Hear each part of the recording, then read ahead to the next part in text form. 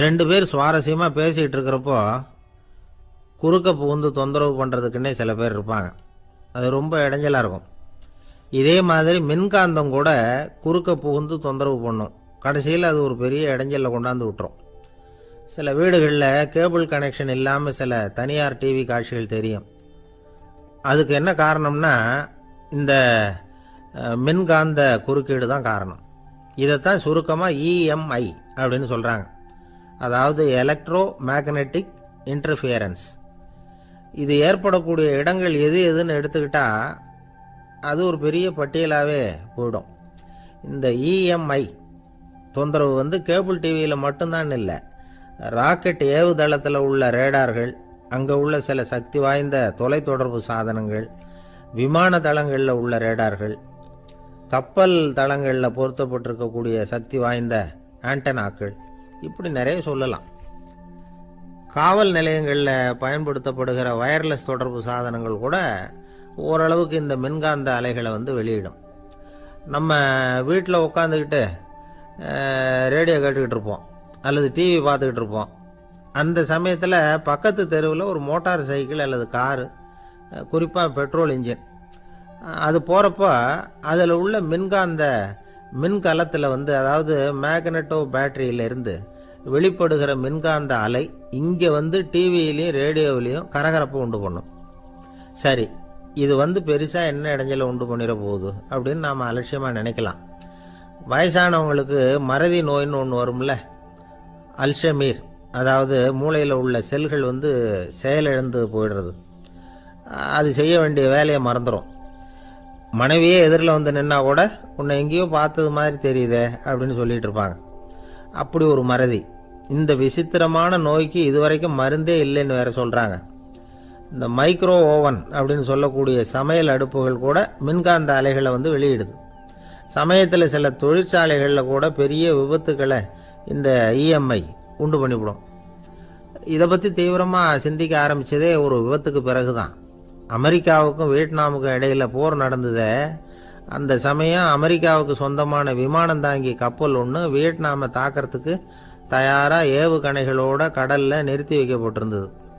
தற்செயலாக அந்த பகுதியில் கப்பல் தொலைத்தொடர்பு பகுதிக்கு அருகில் ஊடுருவிய இந்த சக்தி வாய்ந்த ரேடியோ அலைகள் ஏவுகணையில் இருந்த மின்னணு சர்க்கியூட்டை பூர்த்தி செஞ்சு வச்சுட்டுது. அவ்வளவுதான், ஏவுகணை அங்கேயே வெடித்து சிதறி போச்சு. 130 பேர் அந்த இடத்துலையே உடல் கருகி செத்து போட்டாங்க. ஏகப்பட்ட பொருள்கள் நாசம். இந்த விபத்துக்கான காரணம் என்னங்கிறத உடனடியாக யாராலையும் கண்டுபிடிக்க முடியல. ரொம்பவும் கடுமையாக முயற்சி பண்ணி கடைசியாக கண்டுபிடிச்சாங்க. இது இந்த இஎம்ஐ வேலை தான் அப்படின்னு. மின்னணு தொலைபேசிகள் இருக்க, இதில் பேசும்பொழுது நம்ம காதை அதாவது செவியை ஊடுருவக்கூடிய மின்காந்த அலையானது மூளைக்கு போய் அங்கே மூளை கட்டிகளை உருவாக்க ஊக்கம் கொடுக்குது அப்படின்னு வேற கண்டுபிடிச்சிருக்கிறாங்க. இந்த இஎம்ஐ ரொம்ப குறைஞ்ச மின்காந்த அழுத்தத்தில் நமக்கு எந்த பாதிப்பையும் ஏற்படுத்துறதில்லை. மின்காந்த அலைகள் அழுத்தத்தோடு இருக்கிற இடங்களில் ரொம்ப நேரம் இருந்தோம்னா நம்ம உடம்பின் வெப்பநிலை 2 டிகிரி செல்சியஸ் வரைக்கும் அதிகரிக்குதாம். அதனால் வெப்பநிலையை சீராக்கிறதுக்கு இதய துடிப்பும் அதிகரிக்குது. இப்படிலாம் கண்டுபிடிச்சிருக்கிறாங்க. இப்போல்லாம் இந்த மின்காந்த குறுக்கீடுகளை தடுக்கிறது எப்படி அப்படின்னு விஞ்ஞானிகள் யோசனை செய்ய ஆரம்பிச்சிருக்கிறாங்க. இந்த விஷயத்தில் அலட்சியமாக இருந்தோம்னா எதிர்காலத்தில் நிறைய பேருக்கு இந்த ஞாபக மறதி நோய் வந்துடும். அப்புறம் அது ரொம்ப கஷ்டமாக போயிடும். ஒரு குடும்ப தலைவர் தன் மனைவியை பார்த்து, யார் நீ, உன்னை எங்கேயோ பார்த்தது மாதிரி இருக்குதே அப்படின்னு சொல்லிகிட்டு இருந்தார். உடனடியாக அவரை போய் பார்த்தேன். வாங்க டாக்டர்கிட்ட போகலாம் அப்படின்னு. அவர் என்னை தனியாக அழைச்சிட்டு போய் காதோட காதாக மெதுவாக சொல்கிறார், இதை பார்ப்பா, என் கையில் பணம் இல்லாத போகலாம் அப்படி மறதி நோய் வந்துட்டது மாதிரி நடிச்சுக்கிட்டு இருப்பேன், அவ்வளவுதான், அதை நீ கண்டுக்காத அப்படின்னார். ஒருத்தர் வேகமாக நடந்து போகிறார். கடத்தெருவில் ஒரு ஸ்வீட்டு கடையை பார்க்குறார். உடனே சடன் பிரேக் போட்டது மாதிரி நிற்கிறார். ஒரு ஸ்வீட் வாங்கி சாப்பிட்லாமேன்னு மனசு சொல்லுது. டாக்டர் வேணாம்னு சொல்லியிருக்கிறார், உடம்புக்கு ஒத்துக்காது, அதனால் அது வேணாம்னு சொல்லுது அறிவு. இவர் மனசு சொல்கிறத கேட்கல, அறிவு சொல்கிறபடி கேட்குறார். அதனால் மறுபடியும் வேகமாக அங்கேருந்து நடந்து போயிடுறார். அவர் நல்ல மனுஷன். மனுஷனுக்கு அறிவும் இருக்குது, உணர்ச்சியும் இருக்குது. எதுக்கு எடுத்தாலும் உணர்ச்சி வசப்பட்டுக்கிட்டு இருக்கக்கூடாது, அறிவு வசத்தில் நாம் இருக்கணும். அப்போ தான் நாம் நல்லபடியாக வாழ முடியும். இல்லைன்னா அவஸ்தை தான். மகாபாரதத்தில் சந்தனுன்னு சொல்லி ஒரு அரசன் வர்றான். அவன் ஒரு சமயம் அறிவு வசப்படாமல் உணர்ச்சி வசப்படுறான். அதாவது ஒரு நாள் கங்கை கரையில் ஒரு அழகான பொண்ணை பார்க்குறான். இவனுடைய மனசு அவகிட்ட போயிடுது. அவளை கல்யாணம் பண்ணிக்கிறதுக்கு ஆசைப்படுறான். அந்த பொண்ணு சரின்னு சம்மதிக்கிறா. ஆனால் ஒரு நிபந்தனை போடுறா. அந்த நிபந்தனைக்கு சம்மதம்னு சொன்னாதான் உன்னை கல்யாணம் பண்ணிக்குவேன்னு சொல்கிறா. சரி, அவள் போட்ட நிபந்தனை என்ன தெரியுமா? இது மாதிரி நான் உங்கள் மனசு புண்படுற மாதிரி எந்த காரியம் பண்ணாலும் நீங்கள் என்னை ஏன்னு கேட்கக்கூடாது. நான் செய்கிற காரியத்தை தடுக்கவும் கூடாது. அப்படி நீங்கள் செஞ்சால் அடுத்த கணமே நான் உங்களை பிரிஞ்சு போயிடுவேன். இதுதான் அந்த பொண்ணு போட்ட நிபந்தனை. சந்தன அரசன் இந்த நிபந்தனையை ஒத்துக்கலாமா? இதை அறிவுபூர்வமாக யோசிச்சிருந்தா இதுக்கு கட்டுப்பட்டுக்க மாட்டான். இந்த நிபந்தனைக்கு நான் சம்மதிக்க மாட்டேன்னு தான் சொல்லியிருக்கணும். ஆனால் அவன் அந்த நேரத்தில் உணர்ச்சி வசத்தில் இருந்தான். அதனால் நீ என்ன சொன்னாலும் சரின்னு ஒத்துக்கிட்டான். அவளை கல்யாணம் பண்ணிக்கிட்டான். இதனால் என்ன ஆச்சு? 7 பச்சை இளம் குழந்தைகளை பிறந்த உடனே அவள் கங்கையில் தூக்கி எறிஞ்சி கொல்லக்கூடிய கோர காட்சியை இவன் ஒன்று பின்னாடி ஒன்றா பார்க்க வேண்டியதாக போச்சு. கடைசியில் 8வது குழந்தை பிறந்ததுன்னு தான் அவனுடைய அறிவு மேலோங்குது. அந்த கொடிய செயலை தடுத்து நிறுத்துறான். அந்த 8வது குழந்தை தான் பின்னாடி பீஷ்மர் ஆகிறார். ஒரு பக்தி பிரசங்கத்தில் ஒரு பேச்சாளர் இந்த விஷயத்தை சொல்லிவிட்டு இன்னொரு விஷயமும் சொன்னார். அது என்னன்னா, சந்தனு மன்னன் அறிவுக்கும் உணர்ச்சிக்கு நடுவில் அகப்பட்டு தவிச்சதுனால அவன் வம்சத்தில் வந்த கௌரவர்கள் உணர்ச்சி வசப்பட்டாங்க, பாண்டவர்கள் அறிவு வசப்பட்டாங்க அப்படின்னு சொன்னார். மனுஷனுக்கு உணர்ச்சியை விட அறிவு மேலோங்கி இருக்கணுங்கிறது சரிதான். ஆனால் அந்த அறிவை எப்படி உபயோகப்படுத்துகிறோங்கிறது முக்கியம். ஒருத்தர் சொன்னார், சார் இன்னைக்கு கோயம்புத்தூரில் ஒரு கல்யாணம், அதுக்கு நான் போக முடியலேன்னு நினைக்கும் பொழுது மனசுக்கு ரொம்ப வருத்தமாக இருக்குது சார் அப்படின்னார். ரொம்ப உணர்ச்சி வசப்பட்டார். அதுக்காக கவலைப்படாதீங்க சார், ஒரு வாழ்த்து தந்தி கொடுத்துருங்களேன் அப்படின்னார் இன்னொருத்தர். அது எப்படி சார் முடியும்னார் அவர். நான் தானே சார் கல்யாண மாப்பிள்ளை அப்படிங்கிறார் அந்த ஆள். ஒரு ஆளை அடையாளம் கண்டுபிடிக்கணும்னா அதுக்கு சுலபமான வழி என்ன? முகத்தை பார்த்து கண்டுபிடிக்கிறது தான். ஆனால் மனுஷன் தப்பு பண்ண ஆரம்பிக்கும் பொழுது அவனை கண்டுபிடிக்கிறதுக்கு வேறு வழிகளை தான் கையாள வேண்டியிருக்கு. கைரேகை அதுக்கு ரொம்ப உபயோகப்படுது. கைரேகைகள் ஒருத்தருக்கு இருக்கிறது மாதிரி இன்னொருத்தருக்கு இருக்கிறது இல்லை. பல் வரிசையும் அப்படி தான். ஏமாத்துறவங்க அதிகமாக போனால் இருக்கிறவங்க எச்சரிக்கையாக இருக்க வேண்டியிருக்குது. பயோமெட்ரிக்ஸ் அப்படிங்கிறது ஒரு பெரிய தொழில்நுட்பம். இதை உபயோகப்படுத்தி சில பாதுகாப்பு உத்திகளை எல்லாம் உருவாக்கி இருக்கிறாங்க அமெரிக்காவில். வீட்டுக்கு சொந்தக்காரர் குரல் கொடுத்தா கதவு திறக்கும், அல்லது அவர் கை வச்சா கதவு திறக்கும். மற்றவங்க யார் என்ன பண்ணாலும் கதவு திறக்காது. இது ஒரு முறை. அவரோட குரல் அல்லது கைரேகை ஒரு எலக்ட்ரானிக் சாதனத்தில் ஏற்கனவே பதிவு பண்ணப்பட்டிருக்கும். இவர் குரல் கொடுக்குறப்போ அல்லது கையை வைக்கிறப்போ அதை ஒப்பிட்டு பார்த்து சரியாக இருந்தால் கதவு திறக்கிறது மாதிரி ஒரு ஏற்பாடு. இதே மாதிரி ஒருத்தரோட விழித்திரையில் உள்ள இரத்த குழாய் அமைப்பு பாருங்க, அது கூட ஒருத்தருக்கு இருக்கிறது மாதிரி இன்னொருத்தருக்கு இருக்கிறது இல்லை. அதனால் அதை வச்சு அடையாளம் கண்டுபிடிக்கக்கூடிய சாதனங்களும் இப்போ பழக்கத்துக்கு வந்தாச்சு. கைரேகையை ஒப்பிடுற சாதனத்தை விட விழித்திரை இரத்த குழாய் அமைப்பை அடையாளம் காணுற சாதனம் இருக்கு பாருங்க, இது ரொம்ப நுட்பமானது. இது நம்ப தகுந்தது. ஒரு ஆளை அடையாளம் கண்டுபிடிக்கிறதுக்கு இது எடுத்துக்கிற நேரம் 1 வினாடி தான். ஒரு கருவி இருக்கும், அதில் உள்ள ஒரு சிறு துளையில் கண்ணை வச்சு பார்க்கணும்.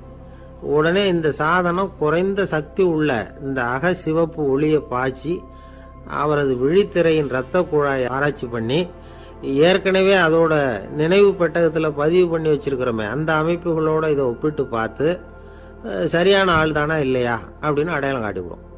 குரலை வச்சு அடையாளம் கண்டுபிடிக்கிறதும் இந்த பயோமெட்ரிக்ஸ் முறைகளில் ஒன்று. ஒரு நபரோட குரலை டிஜிட்டல் குறியீடுகளை மாற்றி பதிவு பண்ணிக்கிட்டு மீண்டும் அதே குரலை இனம் காணக்கூடிய சாதனங்கள் ஏற்கனவே அமெரிக்காவில எல்லாம் விற்பனைக்கு வந்தாச்சு. ஒரு ஆளுக்கு ஜலதோஷம் பிடிச்சிருந்தா கூட அந்த சாதனம் சரியாகவே கண்டுபிடிச்சிருமா. குரலை மாற்றி பேசுகிறவங்க கூட இந்த கருவியை ஏமாற்ற முடியாது. இதை ஆஸ்பத்திரிகள், வங்கிகளில் உள்ள இரும்பு பெட்டக காப்பறைகள் இங்கெல்லாம் உபயோகப்படுத்தலாம். குழந்தைகள் உள்ள இடங்களுக்கு இது ரொம்ப உபயோகப்படும். கதவு பூட்டிக்கிட்டுதுன்னு வச்சுக்கோங்க, கதவை திறக்கிறதுக்கு சாவி உபயோகப்படுத்த தெரியாத குழந்தைகள் குரல் எழுப்பிய கதவை திறந்துட முடியும். எதிர்காலத்தில் இந்த பயோமெட்ரிக்ஸ் முறை இன்னும் பல ஆச்சரியங்களை ஏற்படுத்தும் அப்படின்னு எதிர்பார்க்குறாங்க. ஸ்டியரிங்கை தொட்டதுமே காரு ஸ்டார்ட் ஆகிடும், சாவி வேண்டியதில்லை. காரு சொந்தக்காரரை தொட்டால் தான் ஸ்டார்ட் ஆகும், வேற யாராவது தொட்டால் ஸ்டார்ட் ஆகாது. ஒரு மனுஷனோட நடை, அவர் டைப்ரைட்டரை தொடுகிற விதம், இதையெல்லாம் வச்சு கூட ஆளை அடையாளம் காணக்கூடிய தொழில்நுட்பம் வரலாம். என்னதான் தொழில்நுட்பம் வளரட்டும், குடும்பத்துக்குள்ளே நடக்கிற திருட்டுகளை கண்டுபிடிக்கிறது ரொம்ப கஷ்டம். ஒரு வீட்டில் பெட்டியில் இருந்த பணம் காணாமல் போச்சு. வீட்டுக்காரரோ அல்லது பையனோ தான் எடுத்துருக்கணும். பெட்டியை திறந்து பார்த்தா அந்த வீட்டுக்காரம்மா, இதிலிருந்து பணத்தை எடுத்தது நிச்சயமாக என் வீட்டுக்காரரு தான் அப்படின்னு சொல்ல முடியல அவங்களால. யோசிச்சாங்க. என்னம்மா இப்படி யோசிக்கிறீங்களேன்னு கேட்டிருக்காங்க.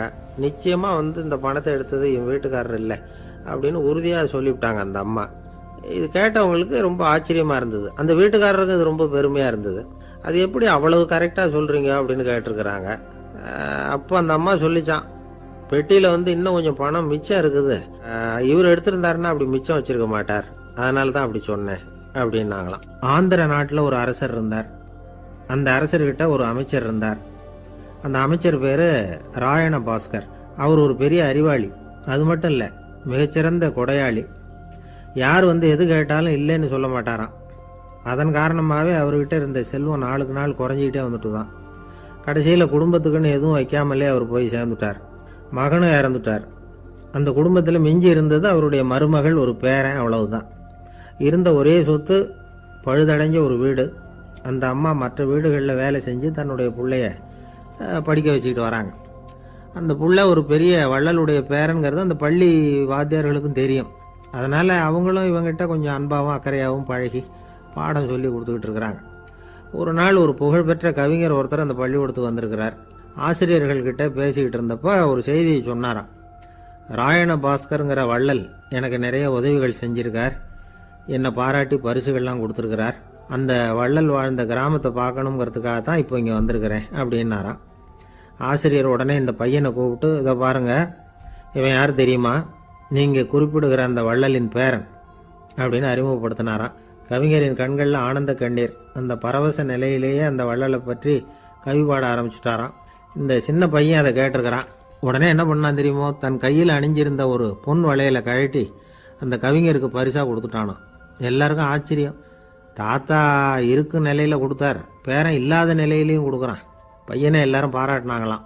இருந்தாலும் அவனுக்குள்ள ஒரு பயம் எதுவும் ஆரம்பமாச்சு. பள்ளிக்கூடம் விட்டு வீட்டுக்கு வரும்பொழுது அந்த பயம் இன்னும் அதிகமாயிட்டுது. அம்மா என்ன சொல்லுவாங்களோ தெரியலையே, ஏதோ திடீர்னு தோணிச்சு வளையல கழட்டி கொடுக்கணும்னு கொடுத்துட்டோம்.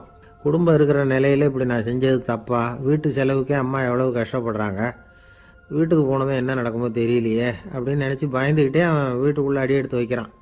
அம்மா கூப்பிட்டு சாப்பாடு போட்டாங்க. அவங்க கண்ணில் படக்கூடாதுங்கிறதுக்காக ஒரு கையை பின்னாடி மறைச்சிக்கிட்டே இருந்தான். அம்மா இதை கவனிச்சிட்டாங்க. ஏய், உன் கையை ஏன் அப்படி வச்சிருக்கிற, உன் கைக்கு என்னாச்சு, ஏதாவது அடிபட்டு போச்சா அப்படின்னு கேட்டுக்கிட்டே கையை எடுத்து பார்க்குறாங்க. வளையல காணலை. வளையல் எங்கே அப்படின்னு கேட்குறாங்க. இவன் தயங்கிக்கிட்டே நடந்ததை சொல்கிறான். அது கேட்டதும் அந்த அம்மாவோட முகம் கோபத்தால் சவுந்து போச்சான். முட்டாளே, என்ன காரியம் பண்ண அப்படின்னு கன்னத்தில் அரைஞ்சிட்டாங்களாம். அம்மா, என்னை அடிக்காத, ஏதோ தெரியாமல் தப்பு பண்ணிட்டேன் அப்படின்ட்டுருக்கான். மகனே, வளையலை கொடுத்ததுக்காக நான் உன்னை அடிக்கலை அப்படிங்க, பின்ன எதுக்கு அடித்தேன்னு கேட்டிருக்கான். உன் பாட்டனார் ஒரு பெரிய வள்ளல், அவர் எதையும் பாதி வேலையை செய்யறதில்ல, அவருடைய பேரை நீ அரைகுறை வேலை செஞ்சுட்டு வந்திருக்கிற அப்படின்னாங்களாம். என்னம்மா சொல்கிறேன்ருக்கான். நீ ஒரே ஒரு வளையலை மட்டும்தானே கழட்டி கொடுத்துருக்குற, கொடுக்கறதா இருந்தால் ரெண்டையும் சேர்த்துல கொடுத்துருக்கணும், அதுதானே உங்கள் தாத்தாவுக்கு பெருமை அப்படின்னாங்களாம். அம்மா, தெரியாமல் செஞ்சுட்டேன், உங்கள்கிட்டையும் அரை வாங்கிட்டேன் அப்படி இப்படின்னு அவன் சொல்லியிருக்கிறான். இப்போ அம்மா கொஞ்சம் இருங்க, அந்த கவிஞர் இன்னைக்கு நம்ம ஊரில் தான் தங்கியிருப்பார், நாளைக்கு காலையில் தான் அவர் எங்கே இருக்காருன்னு விசாரித்து இன்னொரு வளையலையும் கொடுத்துட்றேன் அப்படின்ட்டுருக்கான். மகனே, நல்ல செயல்களையெல்லாம் நாளைக்குன்னு ஒத்தி போடாத, நாளைக்கு என்ன நடக்குங்கிறது யாருக்கு தெரியும், இப்போவே போ, எங்கே இருக்காருன்னு பாரு அப்படின்ட்டுருக்காங்க. மகன் புறப்பட்டான். பள்ளி ஆசிரியர்கிட்ட போய் கேட்டானான் அந்த கவிஞர் எங்கே இருக்காருன்னு. அவர் சொன்னாராம். உடனே போய் அவர் இருக்கிற இடத்துல கதவை தட்டியிருக்கான். ராத்திரி நேரத்தில் இவனை கண்டதும் அவருக்கு ரொம்ப ஆச்சரியம். இவன் இன்னொரு கை வளையலையும் எடுத்து நீட்டியிருக்கான். அவர் திகைச்சு போய் நிற்கிறார். அவரால் என்ன பண்ணுறதுன்னே தெரியல. ஆனந்த கண்ணீர். இது பெரியவர்கள் கூற கேட்ட ஒரு வரலாறு. இன்னைக்கு இப்படிப்பட்டவங்களை பார்க்க முடியுமா? வறுமை வள்ளல் தன்மையை ஒன்றும் செய்து விடாதுங்கிறதுக்கு இது ஒரு உதாரணம். ஒருத்தன் இன்னொருத்தனை பார்த்து கேட்டானா, எங்கள் தாத்தா உங்கள் தாத்தாவுக்கு 100 ரூபா கடன் கொடுத்துருக்கிறார், அதை எப்போ திருப்பி கொடுக்க போகிறேன்னு. கவலைப்படாத, எங்கள் பேரன் அதை உங்கள் பேரன்ட்ட திருப்பி கொடுத்துருவான் அப்படின்னு நானான் அவன். ஒரு ஊரில் ஒரு மன்னர் இருந்தார். புத்தி கூர்மை உள்ள ஒரு மன்னர். பொதுவாக மன்னர்களுக்கு சந்தேகம் வந்தால் சபையில் உள்ள சான்றோர்கள்கிட்ட கேட்டு தெரிஞ்சுக்கிறது தானே வழக்கம். ஆனால் இங்கே அப்படி இல்லை. மற்றவங்களுக்கு சந்தேகம் வந்தால் மன்னர்கிட்ட கேட்டு தெரிஞ்சுக்குவாங்க. அது மாதிரி கேட்டு தெரிஞ்சுக்கிறதுக்காக ஒரு பெரியவர் ஒரு நாள் வந்தார். அவர் கையில் 3 பொம்மைகள் வச்சுருந்தார். 3 ஒரே மாதிரி பொம்மைகள், கொஞ்சம் கூட வித்தியாசம் தெரியல. ஏது இந்த பொம்மைன்னு கேட்டார் மன்னர். எனக்கு வேண்டியப்பட்ட ஒருத்தங்கிட்ட இருந்து இதை வாங்கிட்டு வந்திருக்கிறேன். நான் தான் அவன்கிட்ட இந்த பொம்மையை செஞ்சு கொடுக்கும்படியா கேட்டுக்கிட்டேன். அவன் ரொம்ப புத்திசாலி, அவன் தான் இதை செஞ்சு கொடுத்தான். ஆனால் அதில் ஒரு சிக்கல் அப்படின்னார். என்ன பிரச்சனைன்னு கேட்டிருக்காரு இவர். நான் அவன்கிட்ட கேட்டது 3 விதமான பொம்மைகளாக இருக்கணும்னு கேட்டேன். அவன் என்னடான்னா 3 ஒரே மாதிரியாக செஞ்சு கொடுத்துட்டான் அப்படின்னார். அவங்ககிட்டயே கேட்கறது தானே அப்படின்னு இருக்காரு இவர். கேட்டேன், அவன் என்ன சொல்கிறான்னா இது 3 ஒரே மாதிரி பொம்மை கிடையாது, 3 விதம், ஒன்றுக்கு ஒன்று வித்தியாசம் இருக்குது. இந்த 3 பொம்மையும் 3 விதமான நண்பர்களுக்கு உதாரணங்கள் அப்படின்னு சொல்கிறான். எனக்கு ஒன்றும் புரியல, அதுதான் உங்ககிட்ட வந்தேன் அப்படின்னார். சரி, அந்த பொம்மைகளை இப்படி கொடுங்கோ அப்படின்னு வாங்கினார் மன்னர். எடுத்துக்கிட்டு உள்ளே போனார். கொஞ்ச நேரம் கழித்து வெளியில் வந்தார். அதுக்கப்புறம் சொன்னார், இதை பாருப்பா, அவன் சொன்னது சரிதான், 3 விதம் தான். இது இருக்குதே முதல் பொம்மை, இது உத்தமமான நண்பனுக்கு உதாரணம். இந்த 2வது பொம்மை இது மத்தியமமான நண்பனுக்கு உதாரணம். அந்த 3வது பொம்மை இருக்குதே அது மோசமான நண்பனுக்கு உதாரணம். இதை செஞ்சவன் உண்மையிலேயே பெரிய அறிவாளி தான் அப்படின்னாராம். வந்தவருக்கு ஒன்றும் புரியல. பார்த்தா ஒன்றும் வித்தியாசம் தெரியலையே அப்படின்னு அவன் குழம்பி போய் நிற்கிறான். இப்போ அந்த மன்னர் விளக்கம் கொடுக்குறார். அந்த 3 பொம்மையையும் எடுத்து முன்னாடி வச்சார். ஒரு மெல்லிய கம்பியை கையில் எடுத்தார். அந்த முதல் பொம்மை காதில் விட்டார். கொஞ்ச தூரம் உள்ளே போய் அப்படியே நின்றுட்டுது அந்த கம்பி. அப்புறம் 2வது பொம்மை காதில் அந்த கம்பியை விட்டார். அந்த கம்பி என்னாச்சுன்னா அப்படியே அது வாய் வழியாக வெளில வந்தது. 3வது பொம்மை காதில் கம்பியை செலுத்தினார். அது நேராக இன்னொரு காது வழியாக வெளியில் வந்தது. இப்போ இந்த முதல் வகை இருக்குதே, அது மாதிரியான நண்பர்கள் எப்படி தெரியுமா? நம்ம கஷ்டத்தை அவங்கக்கிட்ட சொன்னால் பேசாமல் கேட்டுக்குவாங்க. வெளியில் அதை யாருக்கிட்டையும் சொல்லிகிட்டு இருக்க மாட்டாங்க. வெளியில் தெரியாமல் நமக்கு உதவி பண்ணுவாங்க. செஞ்சுட்டு அதை நான் தான் செஞ்சேன்னு சொல்லிகிட்டு இருக்க மாட்டாங்க. அதுதான் கம்பி ஒரு காது வழியாக போய் உள்ளேயே நின்றுட்டுது. 2வது பொம்மையில் கம்பி என்னாச்சு, ஒரு காது வழியாக போய் வாய் வழியாக வெளியில் வருது.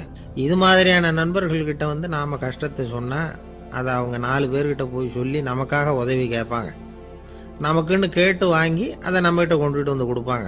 இவங்க மத்தியமமான நண்பர்கள். 3வது பொம்மையில் ஒரு காது வழியாக செலுத்துகிற கம்பி இன்னொரு காது வழியாக வெளியில் வந்துடுது. இது மாதிரியான நண்பர்கள்கிட்ட நம்ம கஷ்டத்தை சொன்னால் அவங்க காது கொடுத்து கேட்கறது மாதிரி நடிப்பாங்க. அப்படியே இன்னொரு காது வழியாக அதை வெளில விட்டுருவாங்க. அதை பற்றி கவலைப்பட மாட்டாங்க. இதுதான் இந்த பொம்மைகளுக்குள்ளே இருக்கிற வித்தியாசம் அப்படின்னு விளக்கம் கொடுத்தாராம் மன்னர். படிக்கிற பிள்ளைங்கள்லேயே இது மாதிரி 3 வகை உண்டு. சில பேர் காதால் வாங்கி மனசில் வச்சுக்குவான். சில பேர் காதால் வாங்கி பேனாவால் எழுதி விடுவான். சில பேர் ஒரு காதால் வாங்கி இன்னொரு காதால் வெளியில் விட்டுருவான். ஒரு பையன் வகுப்பில் ஆசிரியர் பாடம் நடத்தும் பொழுது தலையை வேகமாக ஆட்டி ஆட்டி கேட்பானான்.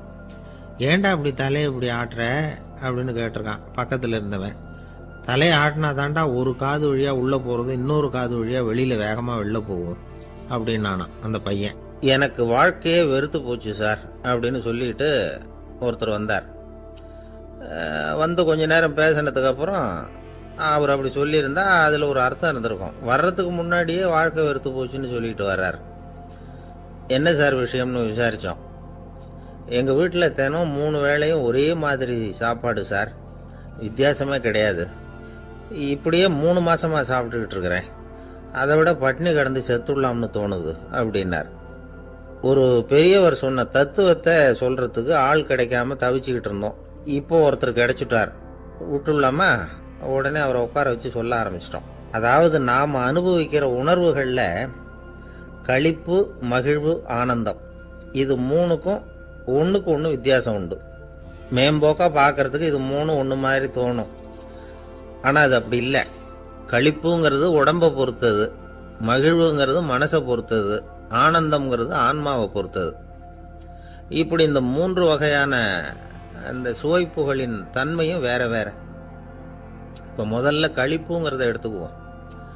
நம்ம புலன்களுக்கு களிப்பை தரக்கூடிய பொருள்களுக்கு சில விசேஷ குணம் உண்டு. அது எப்படின்னா, சீக்கிரமே சலிப்பை உண்டு பண்ணும். ஒருத்தர் அந்த பொருளை எடுத்துக்கிட்டா அது இன்னொருத்தருக்கு குறைஞ்சிரும். உணவு, உடை, இதெல்லாம் களிப்பை தரக்கூடிய பொருள்கள். இப்போ உதாரணத்துக்கு, ஒரு சாப்பாட்டு மேசையில் ஒரு பாத்திரத்தில் 10 இட்லி இருக்குது. அதில் ஒரு 2 இட்லியை நம்ம தட்டில் எடுத்து வச்சு சாப்பிட்றோம். நாம் சாப்பிட்ட அந்த இட்லி நிச்சயமாக எதிரில் உட்காந்துருக்கிறவருக்கு இல்லை, அவருக்கு உபயோகப்படாது. நாம் சாப்பிட்ட அதே இட்லியை அவரும் சாப்பிட முடியாது, அவர் வேற தான் எடுத்து வச்சுக்கணும். அது மாதிரி நாம் ஒரு சட்டையை எடுத்து போட்டுக்கிறோம், அதே சட்டையை அதே நேரத்தில் இன்னொருத்தர் போட்டுக்க முடியாது. புலன்களுக்கு களிப்பை தரக்கூடிய இது மாதிரி பொருள்கள்லாம் முதல் தடவை நமக்கு கொடுக்குற களிப்பை 2வது தடவையும் கொடுக்காது, 3வது தடவை இன்னும் குறையும், கடைசியில் வெறுப்பாகவும் மாறிடும். ஒவ்வொன்றா இட்லியை தொடர்ந்து சாப்பிட்றோம்னு வச்சுக்கோங்க, முதல் இட்லி தரக்கூடிய சுவையை 30வது இட்லி தராது. முதல் தடவை புது சட்டையை போட்டுக்கிறப்போ நமக்கு இருக்கிற களிப்பு அதே சட்டையை 100வது தடவையாக போட்டுக்கிறோம்னு வைங்க, அப்போ இருக்குமா? இருக்காது. இதுதான் களிப்பு. அதாவது சீக்கிரமே சலிப்பை தரக்கூடியது. ஒருத்தர் எடுத்துக்கிட்டா இன்னொருத்தருக்கு குறைஞ்சி போகக்கூடியது.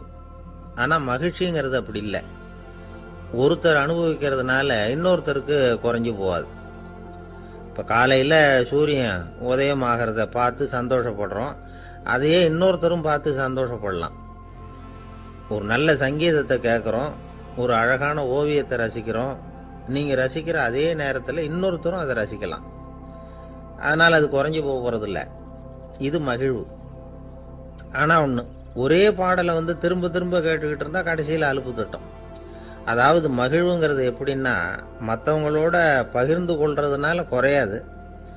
ஆனால் ஒரே பொருள் மீண்டும் மீண்டும் அனுபவிப்பை தர்றப்போ முதல்ல மகிழ்வு அதிகரித்து அதுக்கப்புறம் அது மங்கி மறைஞ்சு போயிடும். இதுதான் அந்த மகிழ்வுங்கிறதுக்கு இலக்கணம். சரி, இப்போ 3வதாக சுகம் தரக்கூடிய ஆனந்தம்ங்கிறது எப்படின்னா, இது நமக்கு உள்ளே இருந்து சுரக்கிறது. மனசு சலனங்கள்லேருந்து விடுபடுறப்போ இந்த ஆனந்தம் நமக்கு கிடைக்கும். இது நிலையான சுகம், ஆத்ம சுகம். களிப்பிலிருந்து மகிழ்வுக்கும் மகிழ்விலிருந்து ஆனந்தத்துக்கும் செல்றது தான் மனிதன் நடத்த வேண்டிய முக்கியமான பயணம். இவ்வளவு விஷயத்தையும் கேட்டுட்டு இந்த காலத்து பையன் ஒருத்தன் வந்தான். சார், இப்போ நீங்கள் ஒரு சாப்பாட்டு மேசையில் ஒரு 10 இட்லி வைக்கிறீங்க, என்ன உட்கார வைங்க, எதிரில் இன்னொருத்தனை உட்கார வைங்க, நான் களிப்பு மகிழ்வுலாம் தாண்டி நேரடியாக ஆனந்தத்துக்கு பயணம் பண்ணி காட்டுறேன் அப்படின்னா. ஒன்றும் புரியல அவன் சொன்னது. அது எப்படி, அப்படி என்ன பண்ணுவ நீ அப்படின்னு சொல்லி கேட்டோம் ஆச்சரியமா.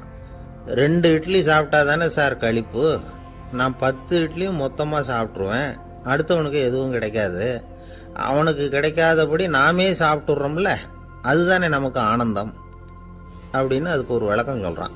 ஒரு கணவன் மனைவி, எப்போ பார்த்தாலும் அவங்க 2 பேருக்கும் இடையில சண்டை வந்துக்கிட்டே இருந்தது. இதில் என்ன ஆச்சரியங்கிறீங்களா?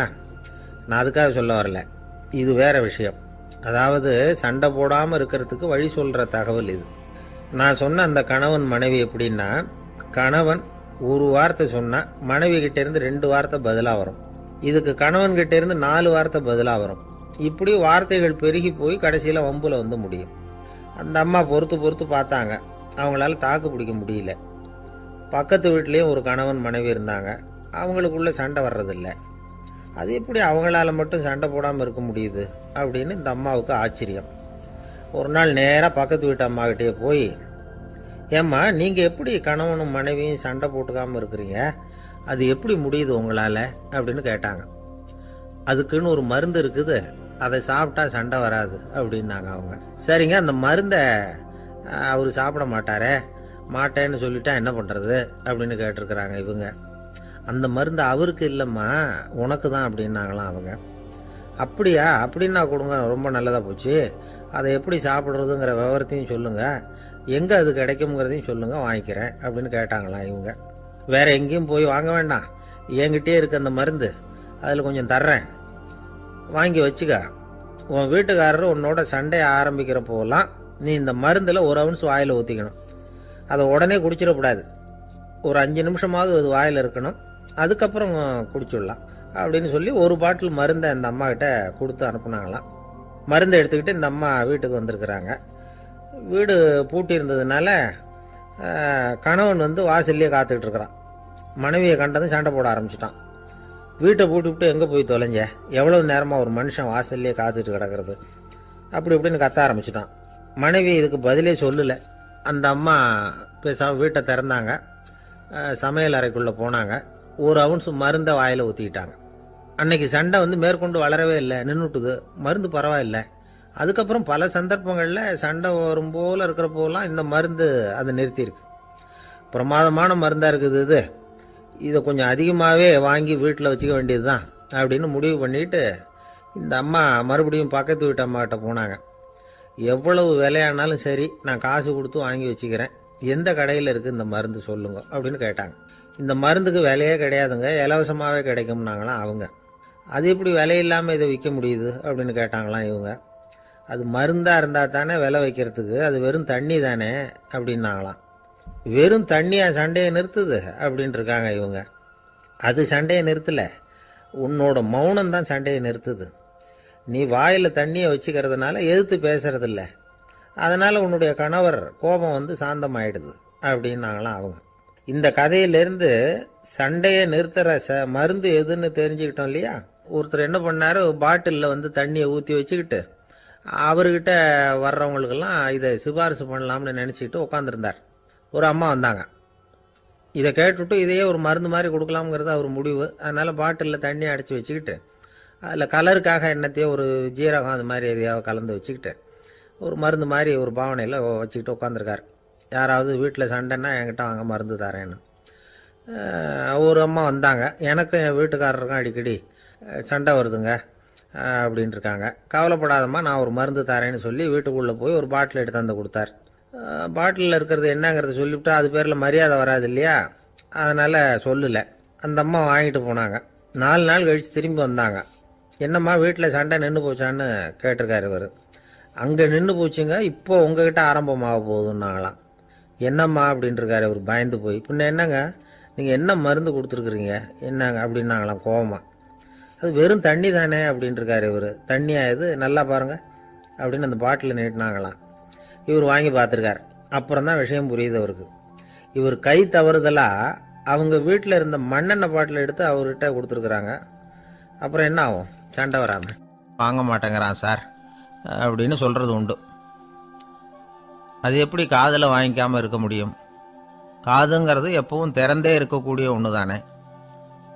சில பேர் பேசிக்கிட்டே இருப்பாங்க, நாமும் கேட்டுக்கிட்டே தான் இருப்போம். அவர் என்ன சொன்னார் திருப்பி சொல்லு அப்படின்னு சொன்னால் சொல்ல தெரியாது. காது சரியாக கேட்டாலும் நாம் பேசுகிறத மற்றவங்க சரியாக கேட்குறாங்களா அப்படிங்கிறது சந்தேகம்தான். இந்த சந்தர்ப்பத்தில் ஒரு உண்மையை நாம் புரிஞ்சுக்கணும். அதாவது என்னென்னா, கேட்பதுங்கிறது வேற, கவனிக்கிறதுங்கிறது வேற. அதாவது கேட்கறதுன்னா அது ஹியரிங், கவனிக்கிறது அப்படின்னா அது லிசனிங். கேட்கறதுங்கிறது தன்னிச்சையாக நடக்கக்கூடிய ஒரு செயல். இப்போது ஒரு சாலையில் நடந்து போயிட்டுருக்குறோம். எவ்வளவோ சத்தம் நம்ம காதில் விழுந்துக்கிட்டு இருக்கு. கார் போகிற சத்தம் கேட்குது, பறவை ஒரு மரத்துலேருந்து கத்துது, அந்த சத்தம் கேட்குது. இப்படி நிறைய காதில் விழுந்துக்கிட்டு இருக்கு. ஆனால் கவனிக்கிறதுங்கிறது எப்படின்னா, நம்ம முழு மனசை செலுத்தி உன்னிப்பாக கேட்கறது. எத்தனையோ சத்தத்துக்கு நடுவில் தன்னுடைய குழந்தை அழற சத்தத்தை தாய் தெரிஞ்சிக்க முடியுது இல்லையா, அது மாதிரி. விவரம் தெரிஞ்சவங்கலாம் என்ன சொல்கிறாங்கன்னா, கவனித்தல் அதாவது லிசனிங் அப்படிங்கிற செயலில் 3 அம்சங்கள் இருக்கிறதாக சொல்கிறாங்க. அது என்ன 3 அம்சங்கள் அப்படின்னா, முதல்ல காதால் கேட்கறது, இது முதல் அம்சம். ரெண்டாவது என்னன்னா கேட்டதை புரிஞ்சுக்கிறது. மூணாவது என்னன்னா என்ன புரிஞ்சுக்கிட்டோங்கிறத தெரிவிக்கிறது, ஃபீட்பேக் அப்படின்னு சொல்கிறோமே அது. ஒரு ஆசிரியர் வகுப்பில் பாடம் நடத்திக்கிட்டு இருக்கிறார். வெறுமனே கேட்குற குழந்தை ஒரு காதால் வாங்கி இன்னொரு காதால் விட்டுடும். அதாவது கேட்குற குழந்தை அப்படி செய்யும். ஆனால் கவனிக்கிற குழந்தை கேட்டதை புரிஞ்சுக்கும். என்ன புரிஞ்சுக்கிட்டேன்னு கேட்டால் பதில் சொல்லும். இதுதான் கேட்கறதுக்கும் கவனிக்கிறதுக்கும் உள்ள வித்தியாசம். ஒரு புள்ளி விவர கணக்கு என்ன சொல்லுது தெரியுமா? ஒரு மனிதன் எழுதுறது மூலமாக 6% அறிவை பெருக்கிக்கிறானா, எழுதுறது மூலமாக. படிக்கிறது மூலமாக 19% அறிவை பெருக்கிக்கிறானா, பேசுறது மூலமாக 30% அறிவை பெருக்கி கொள்ளுகிறான் அப்படின்னு சொல்கிறாங்க. ஆனால் பாருங்கள், கவனிக்கிறது மூலமாக 45% அறிவை பெருக்கி கொள்ளுகிறான் அப்படிங்கிறது புள்ளி விவரம். அதனால் கற்றலின் கேட்டல் நன்று அப்படின்னு சொல்கிறாங்க இல்லையா, அது இதுதான். அதனால் கவனிக்கிறது மூலமாக அதிக அறிவை நாம் பெருக்கி கொள்ள முடியும். கேள்வி ஞானம்தான் ரொம்ப சிறந்தது அப்படிங்கிறார் வள்ளுவர். அதாவது கவனித்து கேட்கணும், அதுதான் முக்கியம். இப்போ மற்றவங்க சொல்கிறத நல்லா கவனிக்க முடியாதபடிக்கு நாமே சில தடைகளை ஏற்படுத்திக்கிறோம், அல்லது நம்ம அறியாமலே அப்படி ஒரு தடை உண்டாயிடுது. அந்த தடைகளை தாண்டணும் அல்லது தகர்த்து எறியணும் அப்படிங்கிறது பெரியவர்கள் சொல்லுகிற யோசனை. அது என்ன தடைகள் அப்படின்னா, நமக்கு தெரியாத இவர் என்ன சொல்லிட போகிறார் அப்படிங்கிற நினப்பு, இது ஒரு தடை. சொல்லி முடிக்கிறதுக்கு முன்னாடியே குறுக்க பேசுறது, மனசை அங்கேயும் இங்கேயும் அலையிறது, இதெல்லாம் தான் தடைகள். ஆசிரியர் பாடம் நடத்துகிறார் அப்படின்னா மாணவர்கள் அக்கறையாக கவனிக்கணும், அப்போ தான் பரீட்சையில் பாஸ் ஆக முடியும். வீட்டுக்குள்ள கணவன் சொல்கிறத மனைவி கவனித்து கேட்கணும், மனைவி சொல்கிறத கணவன் கவனித்து கேட்கணும், இல்லைன்னா குழப்பமாயிடும். ஒரு அம்மா கோயிலுக்கு போனாங்க, சேலையில் ஒரு முடிச்சு போட்டிருந்தாங்க.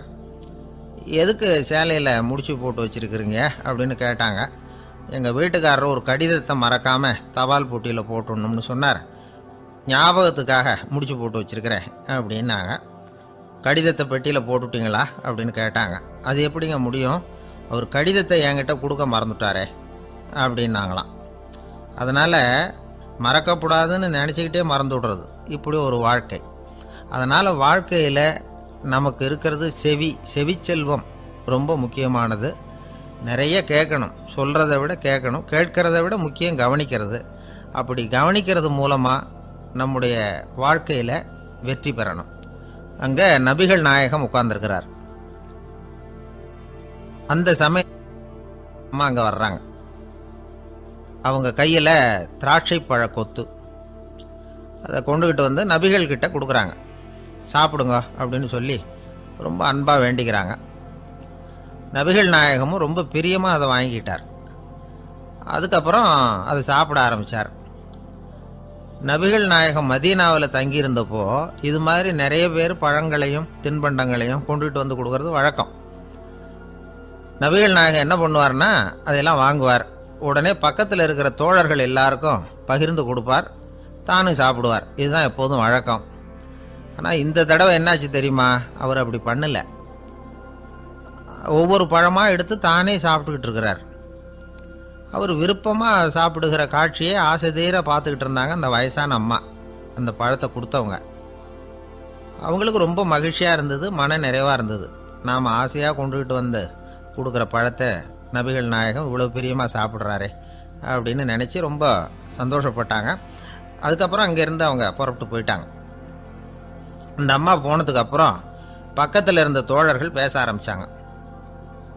ஏன்னா அவங்களுக்கு சந்தேகம், இன்றைக்கி வித்தியாசமாக நடந்துக்கிட்டாரே அப்படின்னு. அண்ணலே, எது உங்களுக்கு வந்தாலும் எங்கள் எல்லாருக்கும் கொடுத்துட்டு தான் நீங்கள் சாப்பிடுவீங்க, இன்றைக்கி மட்டும் நீங்கள் அப்படி செய்யலையே, எல்லா பழத்தையும் நீங்களே சாப்பிட்டீங்களே, அதுக்கு என்ன காரணம் அப்படின்னு கேட்டாங்க. இப்படி கேட்கறதுனால நாயகம் அதை தப்பாக புரிஞ்சுக்க மாட்டார் அப்படிங்கிறது அவங்களுக்கு தெரியும். யாரும் எதையும் அவர்கிட்ட கேட்கலாம், அப்படி கேட்கறதுக்கு உரிமை உண்டு. இந்த ஜனநாயக முறைகளுக்கு அவர்கள் கொடுத்த மரியாதை இது. தோழர்களின் கேள்விக்கு நபிகள் பதில் சொல்ல ஆரம்பித்தார். நண்பர்களே, அந்த அம்மா ரொம்ப பிரியமாக அந்த பழங்களை என்கிட்ட கொண்டுகிட்டு வந்து கொடுத்தாங்க. முதல்ல ஒரு பழத்தை எடுத்து வாயில் போட்டு பார்த்தேன், அது ரொம்ப புளிப்பாக இருந்தது, சாப்பிட்றது ரொம்ப கஷ்டம். உங்ககிட்ட யாருக்காவது அதை கொடுத்துருந்தா அதில் வாயில் போட்டதும் புளிப்பு தாங்காமல் முகம் சுழிச்சிருப்பீங்க. அதை அந்த அம்மா பார்த்துட்டாங்கன்னா வருத்தப்பட்டிருப்பாங்க. ஆசையாக கொண்டுகிட்டு வந்து நமக்கு கொடுத்துருக்குறாங்க, அவங்க அன்பான மனசை நோகடிக்கிறதுக்கு நான் விருப்பப்படலை. அதனால் முகம் சுழிக்காமல் சாப்பிட்ணுமேங்கிறதுக்காகத்தான் அந்த பழங்கள் பூராவே நானே சாப்பிட்டுட்டேன் அப்படின்னு புன்முறுவலோட பதில் சொன்னாராம் நபிகள் நாயகம். இன்னொருத்தர் மனசு புண்படக்கூடாதுங்கிறதுக்காக புளிப்பையும் இனிப்பாக ஏற்றுக்கொள்ளுகிற பண்பாடு இருக்குது பாருங்கள், அது ஒரு பெரிய நாகரிகம். அது எல்லாருக்கும் சுலபமாக வந்துடாது. நல்லா இருக்கிற பழத்தையே என்ன இவ்வளவு மோசமாக இருக்கேன்னு சொல்லுகிறவர்கள் தான் நம்மக்கிட்ட அதிகம். இந்த காலத்தில் இல்வாழ்க்கையில் இந்த நாகரிகத்தை சில பேர் கடைபிடிக்கிறது உண்டு. நல்லா இருக்க இல்லையோ முகம் சுளிக்காமல் சாப்பிட்ருவாங்க. ஏன்னு கேட்டால், எதுக்காக சார் வீண் வம்பு, ஏதோ நமக்குன்னு கொடுத்து வச்சது அவ்வளவுதான் அப்படின்னு நினச்சிக்கிட்டு போக வேண்டியது தானே அப்படிம்பாங்க. இவங்கெல்லாம் கூட ஒரு விதத்தில் பண்பாடு தெரிஞ்சவர்கள் தான்.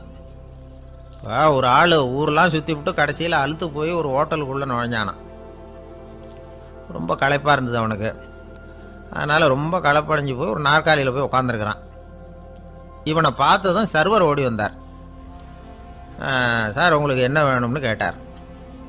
எனக்கு தேவை 2 தோசையும் கொஞ்சம் அன்பான வார்த்தைகளும் அப்படின்னா.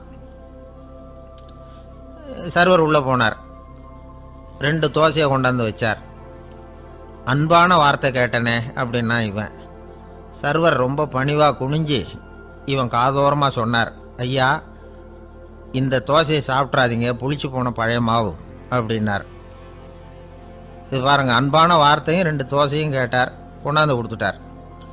இப்படி இருக்கிறவர்களும் இன்றைய மனிதர்களில் அதிகம். அதனால் மனிதர்கள் ஒவ்வொருத்தரும் ஒவ்வொரு விதம்.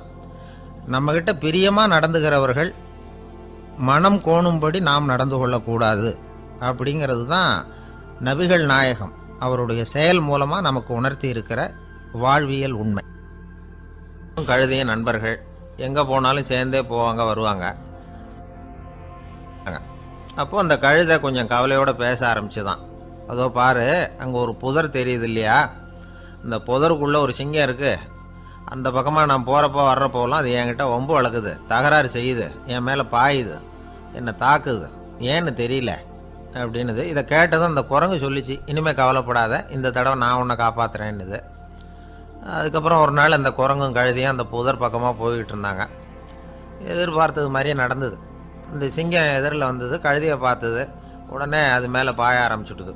அவ்வளவுதான். உடனே இந்த குரங்கு என்ன பண்ணிச்சு தெரியுமா, கிடுகிடுன்னு ஒரு மரத்து மேலே ஏறி உட்காந்துக்கிட்டுது. அங்கே உட்காந்துக்கிட்டு கீழே அந்த கழுதியும் சிங்கமும் போடுற சண்டையை வேடிக்கை பார்க்க ஆரம்பிச்சுட்டுது. கொஞ்ச நேரம் கழித்து அடிபட்ட காயத்தோடு அந்த கழுதை மெதுவாக நடந்து வந்தது. குரங்கும் மெல்ல மரத்தை விட்டு கீழே இறங்கிச்சு. இப்போ கழுதை கேட்டுது, என்னை காப்பாத்துறேன்னு சொல்லிவிட்டு காலை வாரி விட்டுட்டியே, நீ பாட்டுக்கு மரத்து மேலே ஏறி உட்காந்துக்கிட்டே, அது நியாயமானது. குரங்கு பரிதாபமாக அதை பார்த்துது. நான் மரத்து மேலே இருந்து நீங்கள் 2 பேரும் சண்டை போட்டதை பார்த்துக்கிட்டு தான் இருந்தேன். உன்னோட சத்தம் தான் அதிகமாக இருந்தது, அது நீ சிரிக்கிற மாதிரி எனக்கு கேட்டுது, அதனால் நீ தான் ஜெயிச்சுக்கிட்டு இருக்க போல இருக்கு அப்படின்னு நினச்சிவிட்டேன்னு. இன்றைக்கி பல பேர் இப்படி தான் இருக்கிறாங்களாம்.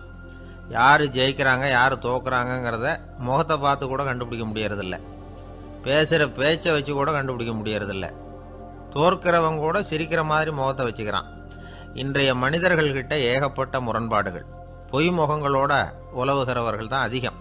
உண்மை முகம் எங்கே இருக்குது அப்படிங்கிறத புரிஞ்சுக்கிட்டு நண்பர்களை தேர்ந்தெடுக்கணும் அப்படிங்கிறது ஒரு முக்கியமான கருத்து. கடவுள் இந்த உலகத்தை படைச்சுட்டு அதுக்கப்புறமும் கொஞ்ச நாள் இங்கேயே தங்கியிருந்தாராம். அப்போ தான் அவருக்கு ஒரு உண்மை புரிஞ்சுதான், இந்த உலகத்தில் தங்கி இருக்கிறது எவ்வளவு இடைஞ்சல்னு.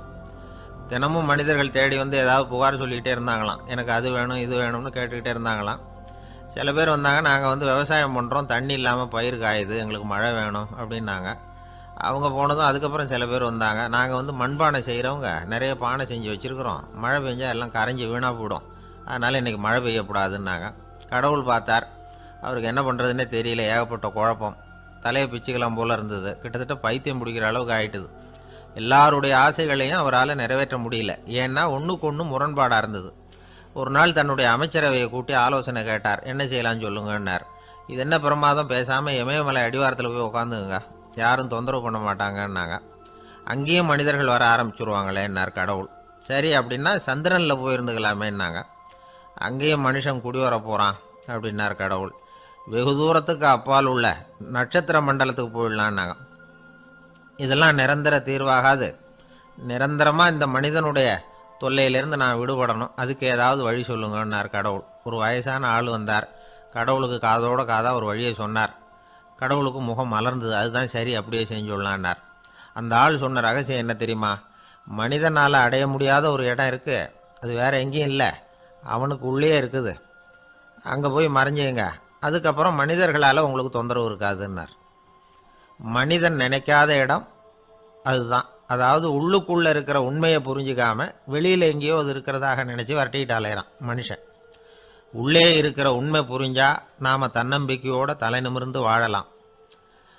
வேடிக்கையாக ஒரு கதை சொல்லுவாங்க, இதை பாருங்கள், நம்ம பையன் எங்கே பணம் வச்சாலும் எடுத்து விடுறான், என்ன பண்ணுறதுன்னாங்க அம்மா.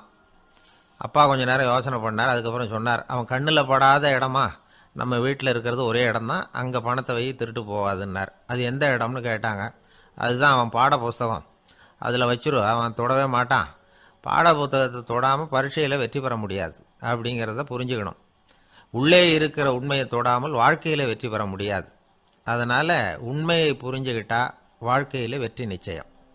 அவனுக்கு வயசாயிட்டுது. இந்த கவலை பயம் எல்லாமும் அதிகமாயிட்டுது. மரண பயம், ராத்திரியில் சரியாக தூங்க முடியல, இப்படி ஆயிட்டுது நிலைமை. அந்த அரசன் ஏற்கனவே எப்படின்னா போர்க்களங்களில் எத்தனையோ பேரை ஓட ஓட விரட்டியிருக்கிறான். இருந்தாலும் இப்போ அந்த துணிச்சல்லாம் எங்கேயோ போயிட்டுது.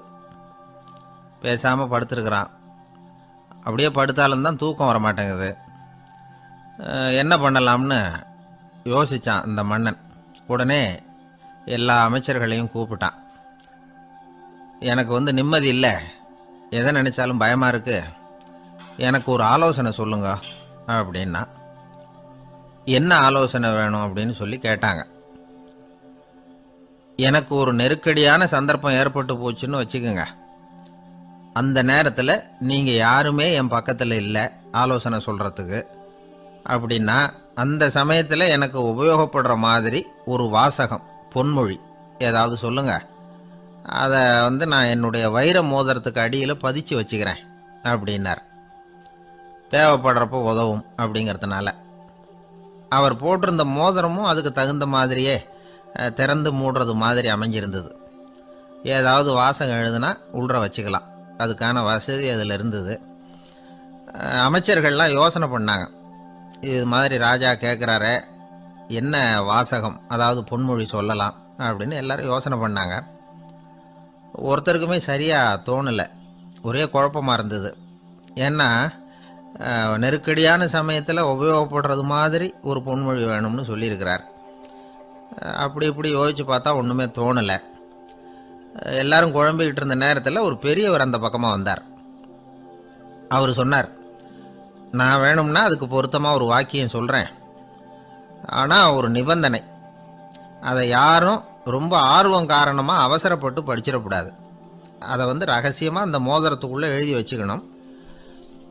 எப்போவாவது இக்கட்டில் மாட்டிக்கிற சமயத்தில் மட்டும் வேறு வழியே இல்லை அப்படிங்கிற நிலைமையில் மட்டும்தான் அதை திறந்து பார்க்கணும். அப்படி நீங்கள் இருக்கிறதா இருந்தால் நான் அதை சொல்கிறேன் அப்படின்னார் அந்த பெரியவர். சரின்னு ஒத்துக்கிட்டாங்க எல்லாரும். அதே மாதிரி அவர் ஒரு வாக்கியத்தை சொன்னார். அவர் சொன்ன வாக்கியத்தை ரகசியமாக மோதிரத்துக்குள்ளே பதிச்சு மூடியாச்சு. ராஜா அதை விரலில் மாட்டிக்கிட்டார். கொஞ்ச நாள் ஆச்சு. அந்த ராஜாவுக்கு ஒரு சோதனை வந்தது. என்ன சோதனைன்னா, அடுத்த நாட்டு மன்னன் படையெடுத்துக்கிட்டு வந்துட்டான். அவன் இவர்கிட்ட ஏற்கனவே தோற்று போனவன், ஒரு வெறியில் வந்திருக்கிறான். தோற்று போனவன் மறுபடியும் சண்டைக்கு வந்தால் எப்படி வருவானோ அப்படி வர்றான். ஒரு வெறியில் வந்தான், ஜெயிச்சுட்டான். என்னாச்சு இவரோட நிலைமைன்னா, நாட்டை இழந்துட்டார், எல்லாத்தையும் இழந்துட்டார்.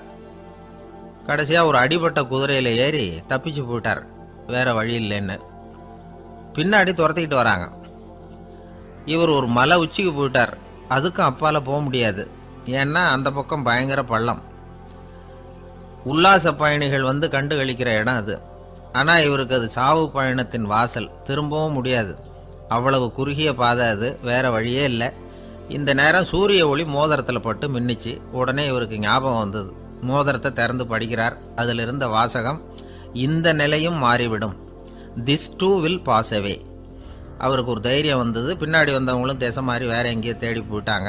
அவங்க விரட்டிக்கிட்டு வரலன்னா இவ்வளவு அழகான ஒரு இடம் இருக்கிறதே எனக்கு தெரியாமல் போயிருக்குமேன்னு நினச்சார். இவ்வளவு அழகை ரசிக்கிறதுக்காக ஒரு நாட்டையே கூட இழக்கலாம்னு தோணுச்சு அவருக்கு. அமைதியாக அந்த அழகை ரசித்தார். எதிரிகள்லாம் எங்கேயோ போயிட்டாங்க. மன்னர் நாடு திரும்பினார். மறுபடியும் படைகளை திரட்டினார். கொஞ்ச நாளில் படை எடுத்துக்கிட்டு போனார். யாருக்கிட்ட தோற்று போனாரோ அவரையே வெற்றி கண்டு திரும்பி வர்றார். வரவேற்பு விழா பிரமாவப்படுது. ஆடல் பாடல் கோலாகலம். இதை பார்த்ததும் அந்த ராஜாவுக்கு தலைகால புரியல. நம்மளை இனிமேல் யாராலையும் ஜெயிக்க முடியாதுன்னு நினச்சார். அகம்பாவம் லேசாக எட்டி பார்த்தது. இப்போ மறுபடியும் சூரிய ஒளிப்பட்டு மோதிரம் மின்னிச்சு. அதை திறந்து மறுபடியும் படிக்கிறார். இந்த நிலைமையும் மாறிவிடும், this too will pass away. அவ்வளவுதான். அவர் மனசு அடங்க ஆரம்பிச்சுட்டுது, ஆணவம் போயிட்டுது. இதிலேருந்து நாம் தெரிஞ்சுக்க வேண்டியது என்னென்னா, எந்த சூழ்நிலையிலையும் நாம் கவலைப்பட வேண்டியதில்லை. ஏன்னா இங்கே எதுவுமே நிரந்தரம் இல்லை. அந்த ராஜா மாதிரியே நம்ம ஆள் ஒருத்தன் ஒரு மோதிரம் போட்டிருந்தான், அதுக்குள்ளே அவன் எழுதி வச்சுருந்த வாசகம், எதுக்கும் கவலைப்படாதே அப்படிங்கிறது தான். ஒரு நாள் பயங்கரமான கவலையோடு உட்காந்துருந்தான். பக்கத்தில் இருந்தவங்க சொன்னாங்க, இது மாதிரி சந்தர்ப்பத்தில் தான் நீ உன் மோதிரத்தை திறந்து பார்க்கணும்னாங்க. இவனுக்கு கவலையோடு எரிச்சலும் சேர்ந்துக்கிட்டது. அது எப்படி முடியும், இப்போ திருட்டு போனது என்னோட அந்த மோதிரம் தானே அப்படின்னு சொல்லிவிட்டு தலையில் கை வச்சுட்டு உட்காந்துட்டான். இப்படிலாம் சொல்கிறது உண்டு. இருந்தாலும் நாம் எந்த சூழ்நிலையிலையும் கவலைப்பட வேண்டியதில்லை அப்படிங்கிற உண்மையை புரிஞ்சுக்கணும். அப்படி கவலையை வெல்றதுக்கான வழி தெரிஞ்சுட்டதுன்னா வாழ்க்கையில் வெற்றி நிச்சயம். உங்கள் பையன் எப்படி சார் இருக்கான் அப்படின்னு விசாரித்தார் ஒருத்தர். அவன் என்ன சார், எதை சொன்னாலும் காதில் வாங்க மாட்டேங்கிறான், அவன் பாட்டுக்கு போகிறான் வர்றான் அப்படின்னு சொல்லி அழுத்துக்கிட்டார் அப்பா. பெரியவங்க சொல்கிறத சின்ன பிள்ளைங்க கேட்கறது இல்லைங்கிறது ஒரு குறை. பெரியவங்க சொல்கிறது சின்ன பிள்ளைங்க காதிலேயே விழறது இல்லைங்கிறது ஒரு குறை. இது கொஞ்சம் சீரியஸான விஷயம், கவனித்து பார்க்கணும். ஒரு குழந்தைக்கு காது சரியாக கேட்குதா இல்லையா அப்படிங்கிறத நாம் தான் கவனித்து பார்த்து கண்டுபிடிக்கணும். அதுவாக நம்மக்கிட்ட தவழ்ந்து அப்பா எனக்கு காது கேட்கல, அழைச்சிட்டு போங்க டாக்டர்கிட்ட அப்படின்னுலாம் சொல்லிகிட்டு இருக்காது. அது சரி, ஒரு குழந்தைக்கு காது சரிவர கேட்குதா இல்லையா அப்படிங்கிறத முன்கூட்டியே நாம் தெரிஞ்சுக்கிறது எப்படி? அதுக்கு சில வழி இருக்குது. உங்கள் குழந்தைய கொஞ்சம் அப்படி கவனித்து பாருங்கள். அடிக்கடி ஜலதோஷம், காதில் அரிப்பு ஏற்படுதா, மூக்கு விரிவாகவும் அப்புறம் டான்சில், அடினாய்டு, சத அழற்சி இது மாதிரி ஏதாவது இருக்கா, வாயிலிருந்து எச்சில் ஒழுகுதா, குழந்தை வாயினால் சுவாசிக்குதா, பற்கள் முன்னாடி தள்ளி வளருதா, இதெல்லாம் அதுக்கு அறிகுறி. அப்புறம் இந்த VBDF TH இப்படி இந்த ஒலிகள் சேர்ந்த வார்த்தைகளை குழந்தை சரியாக புரிஞ்சுக்காது. இப்போ உதாரணத்துக்கு பட்டுன்னு சொல்லு குழந்தை அப்படின்னீங்கன்னா அது கட்டுன்னு சொல்லும். அதாவது பட்டு சவுண்டை அதால் புரிஞ்சுக்க முடியல. அப்புறம் உங்கள் குழந்தை உங்களை உறக்க பேச சொல்கிறானா, அடிக்கடி கேள்வி கேட்குறானா, சாப்பிட்றப்போ கவனம் இல்லாமல் இருக்கானா, படிப்பில் போதுமான முன்னேற்றம் இல்லையா, வகுப்பில் சரியாக கவனிக்கிறது இல்லையா, இப்படிலாம் இருந்தால் ஆரம்பத்திலேயே டாக்டர்கிட்ட அழைச்சிட்டு போய் சிகிச்சையை ஆரம்பிச்சுடலாம், குணப்படுத்திவிடலாம். குழந்தைக்கு காது சரியாக கேட்கலன்னா நீங்கள் செய்ய வேண்டியது என்ன தெரியுமா? அவனுக்கு காது கேட்கலேங்கிறதுக்காக அவன் முன்னாடி சத்தம் போட்டு பேசக்கூடாது. மெதுவாக சீராக பேசணும், அவனை பார்த்து பேசணும். உங்கள் உதட்டு அசைவுகள் அவனுக்கு உதவும், அதை பார்த்தே புரிஞ்சுக்குவான். நீங்கள் வாயில் வெத்தலை பாக்கு போட்டுக்கிட்டோ புகை பிடிச்சிக்கிட்டோ பேசக்கூடாது. அப்படி பேசினா அவனால் அந்த உச்சரிப்பை சரியாக புரிஞ்சுக்க முடியாது. ஒரு வார்த்தையை சொல்கிறீங்க, அவனுக்கு புரியல அப்படின்னா அதே வார்த்தையை மறுபடியும் சொல்லணும். அவனுக்கு நீங்கள் முதல்ல சொன்ன வார்த்தை புரியலேன்னு நினச்சிக்கிட்டு மறுபடியும் திருப்பி சொல்கிறப்போ அதே அர்த்தம் வரக்கூடிய வேற வார்த்தையை சொல்லக்கூடாது. இப்படிலாம் நடந்துக்கிட்டா அவனுக்கு மன திடத்தை ஏற்படுத்த முடியும். இல்லைன்னா அவனுக்கு தாழ்வு மனப்பான்மை வந்துடும். குழந்தைக்கு காது கோளாறுன்னா ஆரம்பத்திலேயே டாக்டர்கிட்ட அழைச்சிட்டு போனால் போதும், குணப்படுத்தி விடலாம். அப்புறம் பார்த்துக்கலாமே அப்படின்னு அலட்சியமாக இருந்துட்டாதான் கஷ்டம். சில பேர் கோபத்தில் சின்ன பிள்ளைங்க காதை பிடிச்சி திருகிறது உண்டு. இது ரொம்ப தப்பு. காது கையோடு வந்துட்டா என்ன பண்ணுறது?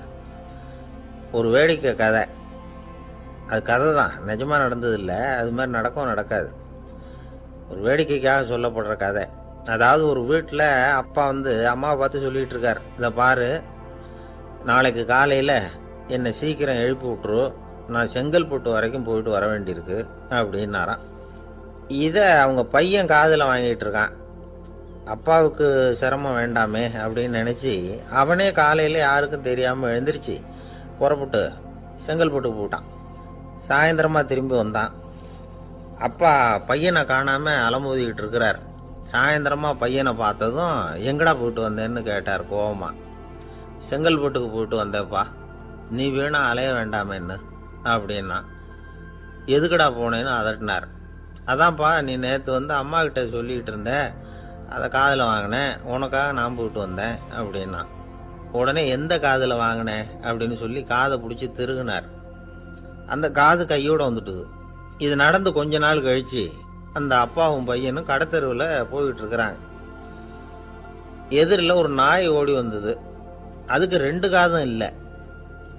என்ன இது, இந்த நாய்க்குட்டிக்கு 2 காதும் இல்லை அப்படின்னார் அப்பா.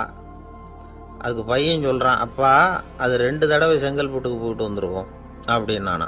ஒரே ஒரு ஊரில் ஒரு அம்மா இருந்தாங்க. அந்த அம்மாவுக்கு ஒரே ஒரு பிள்ளையாண்டான். அவனுக்கு ரொம்ப அக்கறையோடு கல்யாணம் பண்ணி வச்சாங்க. கல்யாணம் முடிஞ்சதும் மருமக பொண்ணு வீட்டுக்கு வந்து சேர்ந்தது. அப்பாடா, என் கடமை முடிஞ்சது, இனிமே அக்கடான்னு எங்கேயாவது ஒரு மூலையில் படுத்து கிடக்கலாம் அப்படின்னு நினச்சாங்க அந்த அம்மா.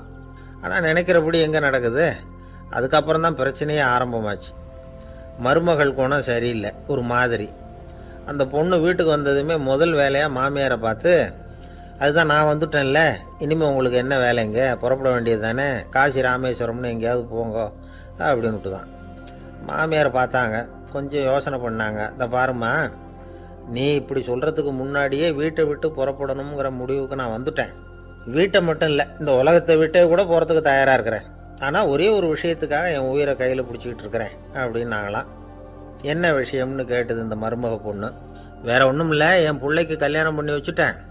ஒரு பேர புள்ள பிறந்து அதை என் கண்ணால் பார்த்துட்டேன்னா நான் எங்கே வேணும்னாலும் போகிறதுக்கு தயாராக இருக்கிறேன் அப்படின்னாங்களாம் அந்த மாமியார். மாமியார் இப்படி சொல்கிறதுலேயும் நியாயம் இருக்கிறதாக பட்டுது அந்த பொண்ணுக்கு. சரி, அப்படியே இருந்து பார்த்துட்டு போகலாம் அப்படின்னு அனுமதி கொடுத்தது. கொஞ்ச காலத்தில் ஒரு பேரன் பிறந்தான். அந்த அம்மாவும் பேரனை கண்ணால் பார்த்துட்டாங்க. சரி, பேரனை பார்த்தாச்சுல்ல, இனிமேல் புறப்பட வேண்டியது தானே அப்படின்னது மருமக பொண்ணு.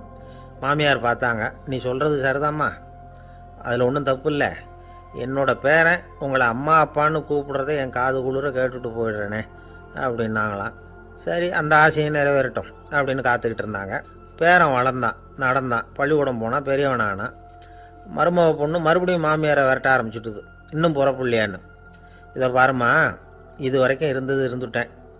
பேரனோட கல்யாணத்தையும் கண்ணால் பார்த்தா தான் இந்த கட்டை வேகும் போல் இருக்குது அப்படின்னு சொல்லி ஒரு மாதிரியாக பேச ஆரம்பித்தாங்க. இதுவும் நியாயமான ஆசையாக தான் படுது அப்படின்னு அது யோசிச்சிருக்கு அந்த பொண்ணு. சரின்னு அதுக்கும் ஒத்துக்கிட்டது. உடனே பேரனுடைய கல்யாணமும் முடிஞ்சது ஒரு வழியாக. இனிமே ஒரு நொடி கூட இங்கே இருக்கக்கூடாது, புறப்படுங்க அப்படின்னு மாமியாரை விரட்டிச்சான் அந்த பொண்ணு. இப்போ அந்த மாமியார் தன்னோட மருமகளை பார்த்து சொல்கிறாங்க, இதோ கிளம்பிட்டேம்மா, என் மூட்டை முடிச்செல்லாம் கட்டிக்கிட்டேன், புறப்பட்டுவிட்டேன். அப்படியே நீயும் உன் துணிமணிகளை மூட்டை கட்டிக்கிட்டு கிளம்பிடும், என்னோட சேர்ந்து 2 பேருமா சேர்ந்து போயிடலாம் அப்படின்னாங்களாம். அந்த பொண்ணு முழிக்குது. முழிக்காதே, உனக்கும் ஒரு மருமக வந்துட்டா, இனிமேல் நீயும் ஒரு மாமியார் தானே, உனக்கும் இனிமேல் இங்கே வேலை இல்லை, புறப்படு அப்படின்னாங்களாம். அப்போ தான் அந்த பொண்ணு சிந்திக்க ஆரம்பிச்சுதான், தன்னோட தவறு புரிஞ்சுதான். இந்த தகவலை கேட்டுக்கிட்டு இருக்கிற மருமகள்லாம் இதை பற்றி கொஞ்சம் யோசித்து பார்க்கணுங்கிறதுக்காகத்தான் இதை சொல்கிறோம் மாமியார்கள் சார்பாக. கொஞ்ச நாளைக்கு முன்னாடி ஒரு பொண்ணை பார்த்து பேசுகிற சந்தர்ப்பம் கிடைச்சிது ஒரு கல்யாண வீட்டில். அந்த பொண்ணு சொல்லிச்சு, சார் எனக்கு கல்யாணம் ஆகி 15 வருஷம் ஆகுது, நான் மாமியார்கிட்ட சண்டை போட்டதே இல்லை அப்படின்னு ரொம்ப அடக்கமாக சொல்லிச்சு. அது எப்படிம்மா சாத்தியமாச்சுன்னு கேட்டோம். எனக்கு கல்யாணம் ஆகி 15 வருஷம்தான் ஆச்சு, ஆனால் என் மாமியார் செத்து போய் 20 வருஷத்துக்கு மேலே ஆயிட்டுது அப்படின்னுது. லோகமானிய பாலகங்காதர திலகர் இருந்தார்ல, அவருக்கு 15 வயசுலேயே கல்யாணம் நடந்துதான். மனைவி பேர் தபிபாய், ரொம்ப பெரிய குடும்பத்து பொண்ணு, நல்ல குணம். அவங்க குடும்பம் நடத்திக்கிட்டு இருக்கிறாங்க. அந்த காலத்தில் திருடர்கள் பயம் அதிகம். இந்த காலத்தில் மட்டும் என்னன்னு கேட்குறீங்களா? நீங்கள் கேட்குறது நியாயம்தான். இருந்தாலும் இந்த காலத்து திருடனுக்கும் அந்த காலத்து திருடனுக்கும் ஒரு முக்கியமான வித்தியாசம் உண்டு. அதாவது அந்த காலத்து திருடன்லாம் நியாயம் அநியாயம் பார்க்குறது உண்டு, இந்த காலத்தில் அப்படி பார்க்குறது இல்லை. அந்த காலத்தில் திருட வர்றவங்கள்ட்ட கூட ஒரு தார்மீக உணர்வு உண்டாம். அதாவது அப்போ உள்ள கொள்ளைக்காரங்க எதை களவாடினாலும் சரி, அரிசியை மட்டும் களவாடுறது இல்லையா, அப்படி ஒரு கொள்கை. அதனால் பாருங்கள், அந்த காலத்து பெண்கள் நகை நட்டுகளை பத்திரமா வைக்கணும்னா பெட்டியில் வைக்கிறதில்ல, அரிசி பானையில் போட்டு வச்சு விடுறது. இப்போல்லாம் பேங்க்கில் சேஃப்டி லாக்கர்னு இருக்குல்ல, அது மாதிரி அந்த காலத்தில் சேஃப்டி லாக்கருங்கிறது அரிசி பானை. வளையல், மூக்குத்தி, தோடு இப்படி எதுவாக இருந்தாலும் அதில் போட்டு பத்திரமா வச்சுருவாங்க. திருடன் அரிசி பானை பக்கம் போகிறதில்ல. ஏன்னா சாப்பிட்ற விஷயத்தில் கை வைக்கக்கூடாது, அது பாவம் அப்படின்னு அவன் நினைக்கிறான். திலகரோட மனைவி தபிபாயும் அதே மாதிரி தன்னுடைய ஆபரணங்களை ஒரு அரிசி பானைக்குள்ளே போட்டு மூடி வச்சுருந்தாங்களாம். இப்படி இருந்தப்போ ஒரு நாள் ஒரு பிச்சைக்கார பொண்ணு வீடு வீடாக பிச்சை கேட்டுக்கிட்டே வந்திருக்குது. திலகர் வீட்டுக்கும் தர்மம் போடுங்க தாயே அப்படின்னு தான் அந்த பொண்ணு. அந்த அம்மா தபிபாய் காதில் இது விழுந்திருக்கு. உடனே கை நிறைய அரிசி அள்ளிக்கிட்டு போட்டிருக்கு. பாத்திரத்தில் அரிசியை போட்டதுக்கு அப்புறம் தான் தெரியுது, பளிச்சுன்னு கண்ணில் படுது. அதாவது அந்த அம்மாவோட வைர மூக்குத்தி ஒன்று அரிசியோடு சேர்ந்து அந்த பிச்சைக்கார பொண்ணு பாத்திரத்தில் போய் விழுந்துட்டுது. இந்த அம்மாவுக்கு மனசுக்குள்ளே குழப்பம், என்ன இப்படி ஆகிட்டுதே, மூக்குத்தி போயிட்டுதே, பிச்சை பாத்திரத்துலேருந்து அதை எப்படி எடுக்கிறது அப்படின்னு தயக்கம், வாயை திறந்து அதை கேட்கறதுக்கும் கூச்சம். திண்ணையில் உட்கார்ந்திருந்த திலகர் இவ்வளவையும் பார்த்துக்கிட்டு இருக்கிறார்.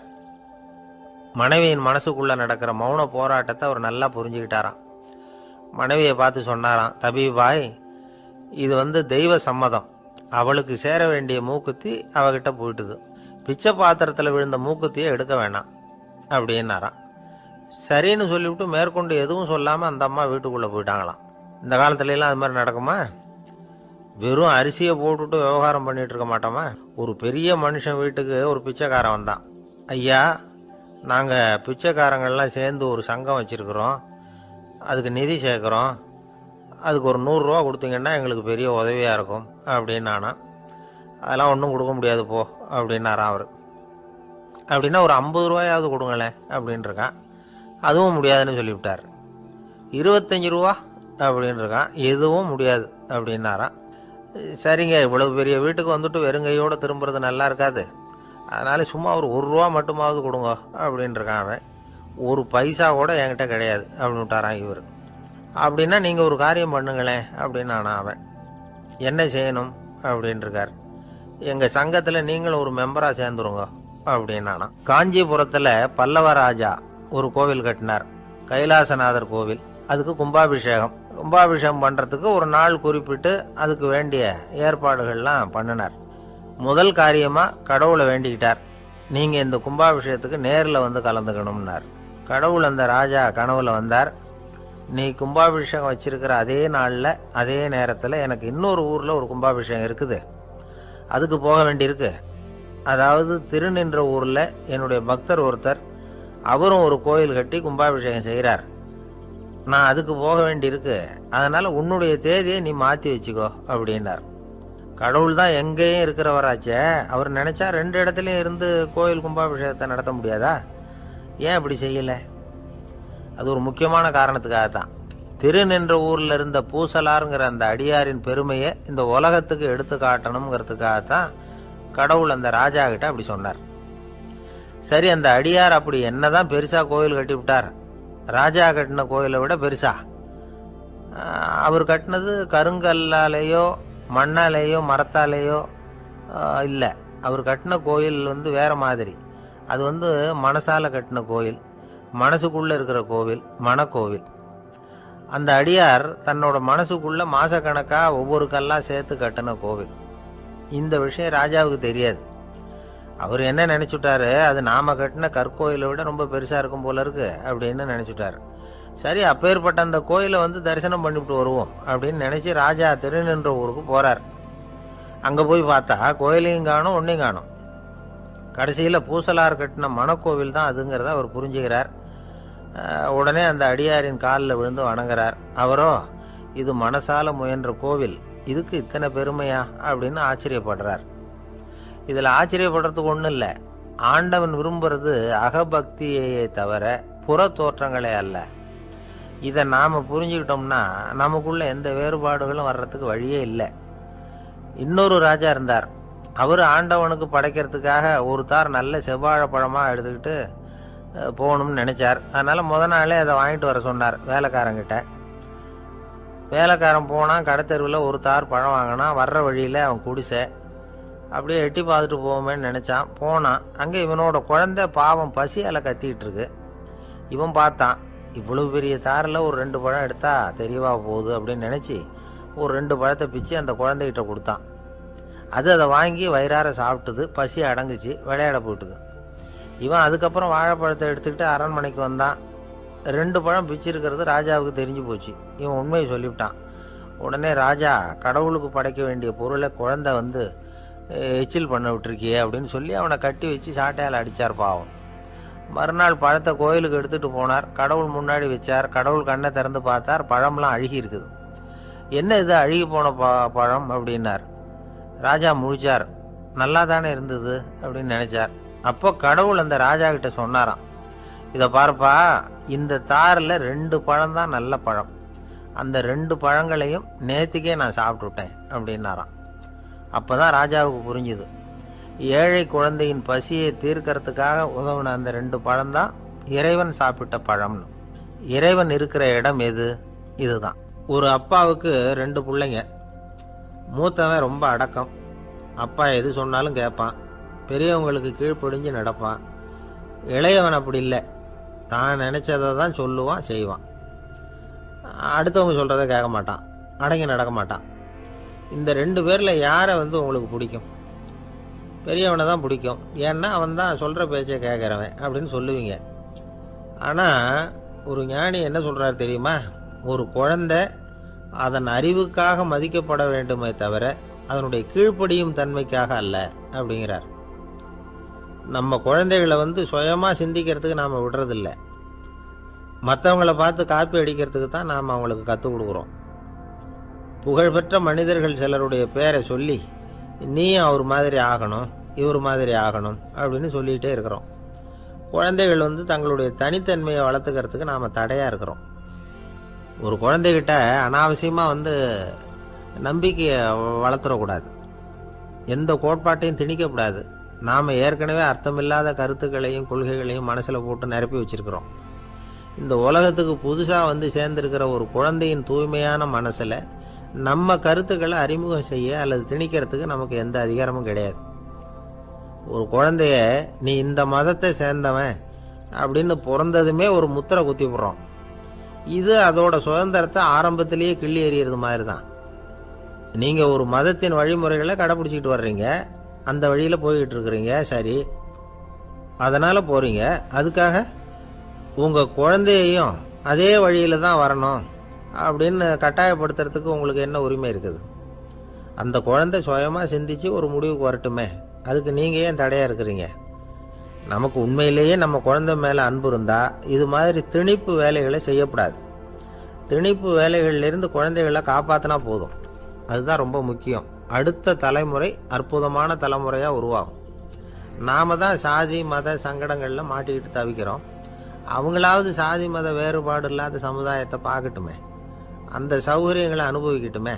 அதுக்கு நாம் என்ன செய்யணும்னா ஒன்றும் செய்யாமல் இருந்தால் போதும். ஒரு குழந்தைகிட்ட நம்ம கருத்தை திணிக்கும் பொழுது என்ன ஆகுது தெரியுமா? அது அவனை அவங்ககிட்ட இருந்தே அப்புறப்படுத்தி விடுது, அவனுடைய தனித்தன்மையை அழிச்சுடுது, அவனை ஒரு எல்லைக்குள்ளே திணிச்சுடுது. இதெல்லாம் அன்புங்கிற பேரால் பெற்றோர்கள் செய்கிற தப்பு. இதெல்லாம் கேட்டுக்கிட்டு இந்த காலத்தில் அப்பா ஒருத்தர் சொன்னார், நான் கருத்துக்களை எல்லாம் என் பையன்கிட்ட திணிக்கிறது இல்லைங்க, ஆனால் அதிகமாக சாப்பிட சொல்லி கட்டாயப்படுத்துவேன் அப்படின்னார். உங்கள் வீட்டு சமையல் அவ்வளோ நல்லா இருக்குமான்னு கேட்டாங்க. நல்லா இருந்தால் நான் ஏன் அவனை சாப்பிட சொல்லி கட்டாயப்படுத்த போகிறேன் அப்படின்னார். ஒரு ஊரில் ஒரு மன்னன் இருந்தான், கொடுங்கோல் மன்னன். நிறைய தொந்தரவு பண்ணிக்கிட்டு இருந்தான். அவன் ஒரு தடவை என்ன பண்ணான் தெரியுமா? ஒரு தப்பும் பண்ணாத ஒரு இளைஞனை பிடிச்சி ஜெயிலில் அடைச்சுட்டான்.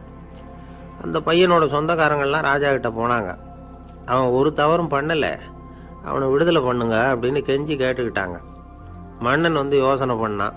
அந்த இளைஞனை கூப்பிட்டுக்கிட்டு வர சொன்னான். அவனை கொண்டாந்து ராஜா முன்னாடி நிறுத்தினாங்க. இதை பாருப்பா, உன்னை நான் விடுதலை பண்ணுவேன், ஆனால் ஒரு கண்டிஷன். அந்த நிபந்தனையை நீ நிறைவேற்றினா உனக்கு விடுதலை அப்படின்னா மன்னன். சரின்னு ஒத்துக்கிட்டான் பையன். மன்னன் கண்டிஷன் என்னங்கிறத சொன்னான். உங்ககிட்ட ஒரு செம்மறி ஆட்டை கொடுக்க போகிறேன், 1 மாதத்துக்கு அதுக்கு தேவையான தீனியையும் கொடுக்க போகிறேன். 1 மாதம் கழித்து அந்த ஆட்டை எடை போட்டு பார்ப்பேன். அந்த ஆட்டின் எடை கொஞ்சம் கூட கூடி இருக்கக்கூடாது. எடை கூடி இருந்தால் உனக்கு விடுதலை கிடையாது. என்ன சொல்கிற அப்படின்னா. பையனுக்கு ஒன்றும் புரியல, பயமாக போட்டுது. குழம்பிக்கிட்டே நின்றுக்கிட்டு இருக்கிறான். சரி, 1 நாள் டைம் தரேன், நல்லா யோசனை பண்ணி பார்த்துட்டு நாளைக்கு உன் முடிவை சொல்லு அப்படின்னா மன்னன். பையன் கவலையோடு வெளியில் வந்தான். அங்கே ஒரு பெரியவர் நின்றுக்கிட்டு இருந்தார். அவர்கிட்ட விஷயத்தை சொன்னான். அந்த பெரியவர் இந்த பையனுக்கு காதோட காதாக ஒரு வழியை சொல்லி கொடுத்தார். அதை கேட்டதும் பையன் மறுபடியும் மன்னன் முன்னாடி நின்னா, உங்கள் நிபந்தனையை ஏற்றுக்கிறேன்னு சொன்னான். மன்னன் ஒரு ஆட்டுக்குட்டியையும் அதுக்கு 1 மாதத்துக்கு தேவைப்படுற தீவனத்தையும் கொடுக்கும்படியாக உத்தரவு போட்டான். கொடுத்தாங்க, ஓடிட்டு போயிட்டான். 1 மாதம் தினமும் தவறாமல் அந்த தீவனத்தை ஆட்டுக்குட்டிக்கு போட்டுக்கிட்டு இருக்கிறான். 1 மாதம் கழித்து அந்த ஆட்டை அரண்மனைக்கு ஓட்டிகிட்டு போனான். மன்னன் அதை எடை போட்டு பார்க்குறான், எடை கூடவே இல்லை, அப்படியே தான் இருக்குது. உடனே போட்ட நிபந்தனைப்படி அந்த இளைஞனை விடுதலை பண்ணிவிட்டான். சரி, ஆட்டுக்கு எடை கூடாமல் இருக்கிறதுக்கு அந்த பெரியவர் சொல்லி கொடுத்த யோசனை என்ன அப்படின்னா, அது வேற ஒன்றும் இல்லை. அந்த ஆட்டுக்கு எதிரில் அது கண்ணில் படுற மாதிரி ஒரு ஓநாயை கட்டி போட சொன்னார். அவ்வளவுதான். ஆட்டுக்கு ஓநாய்ங்கிறது பிறவி பகை. ஓநாயை பார்த்தா ஆடு நடுங்க ஆரம்பிச்சிரும், அவ்வளவு பயம். தினமும் அந்த ஆடு பயந்துக்கிட்டே தீனி சாப்பிட்டுது, எடை கூடல. அதுதான் ரகசியம். இது சின்ன பிள்ளைங்களுக்கான ஒரு கதை. இதிலேருந்து தெரிஞ்சுக்க வேண்டிய உண்மை என்னென்னா, நாமெல்லாம் சாப்பிட்றப்போ மனசும் உடம்பும் அமைதியாக இருக்கணும். அப்போ தான் அது உடம்புல ஒட்டும். அவசரத்துலேயும் பயத்துலேயும் சாப்பிட்டா அது சரியாக ஜீரணமாகாது. இன்னொரு ராஜா இருந்தார். அவரும் ஒரு இளைஞனை ஜெயிலில் அடைச்சி விட்டார். விடுதலை பண்ணணும்னா ஒரு கண்டிஷன்னார். என்னன்னு கேட்டான். ஒரு ஆட்டுக்குட்டியை அவன் முன்னாடி கொண்டாந்து நிறுத்துவேன். நீ அதுக்கிட்ட ஒரு கேள்வி கேட்கணும். அதுக்கு சரியான பதிலை சொல்லணும். அப்படி செஞ்சுட்டா உனக்கு விடுதலைன்னார். இளைஞன் யோசனை பண்ணி பார்த்தான். சரின்னு ஒத்துக்கிட்டான். அது பிரகாரமே ஆட்டுக்குட்டியை பதில் சொல்ல வச்சுட்டான். என்ன நடந்தது தெரியுமா? ஆட்டுக்குட்டியை கொண்டாந்து நிறுத்தினாங்க. இவன் மெதுவாக அதுக்கிட்ட போனான். அது காதுகிட்ட போய் ஏப்ரலுக்கு அடுத்த மாதம் என்ன மாதம்னு கேட்டான். அது உடனே மேன்னு கத்திச்சு. இவன் விடுதலை ஆகிட்டான். ஒரு நாள் ராமர் அரசவையில் உட்காந்துருக்கிறார். ராமராஜ்யம் நடந்துக்கிட்டு இருந்த நேரம். அந்த சமயத்தில் ஒரு நாய் அரச சபைக்கு வந்துதான். அது தலையில் அடிபட்டு ரத்தம். அந்த கோலத்தில் அது அங்கே வந்தது. எல்லாரும் ஆச்சரியமாக அதை பார்த்தாங்க. ராமரும் அந்த நாயை பார்த்தார். நீங்கள் வந்த காரியம் என்ன நடந்தது? எதுவாக இருந்தாலும் பயப்படாமல் சொல்லு அப்படின்னார். உடனே அந்த நாய் மெதுவாக சொல்ல ஆரம்பிச்சுதான். ஐயா, நான் தெருவில் போய்கிட்டு இருந்தேன். வழியில் ஒருத்தர் வந்தார். அவர் வேத சாஸ்திரம்லாம் படித்த பெரியவர். அவர் எந்த காரணமும் இல்லாமல் அவர் கையில் வச்சுருந்த குச்சியால் என் தலையில் அடிச்சுட்டார். அதுதான் தலையில் ரத்தம். இதை நீங்கள் விசாரித்து தகுந்த தீர்ப்பு வழங்கணும் அப்படின்னு தான் அந்த நாய். ராமர் பார்த்தார். உடனே தன்னுடைய காவலர்களை அனுப்புனார். அந்த ஆளை எங்கே இருந்தாலும் போய் கொண்டுகிட்டு வாங்க அப்படின்னு விட்டார். காவலர்கள் போனாங்க. அந்த ஆளை பிடிச்சி கொண்டு வந்துட்டாங்க. அரண்மனைக்கு வா அப்படின்னு சொல்லி கூப்பிட்டுட்டு வந்துட்டாங்க. என்ன நடந்ததுன்னு விசாரித்தார் ராமர்.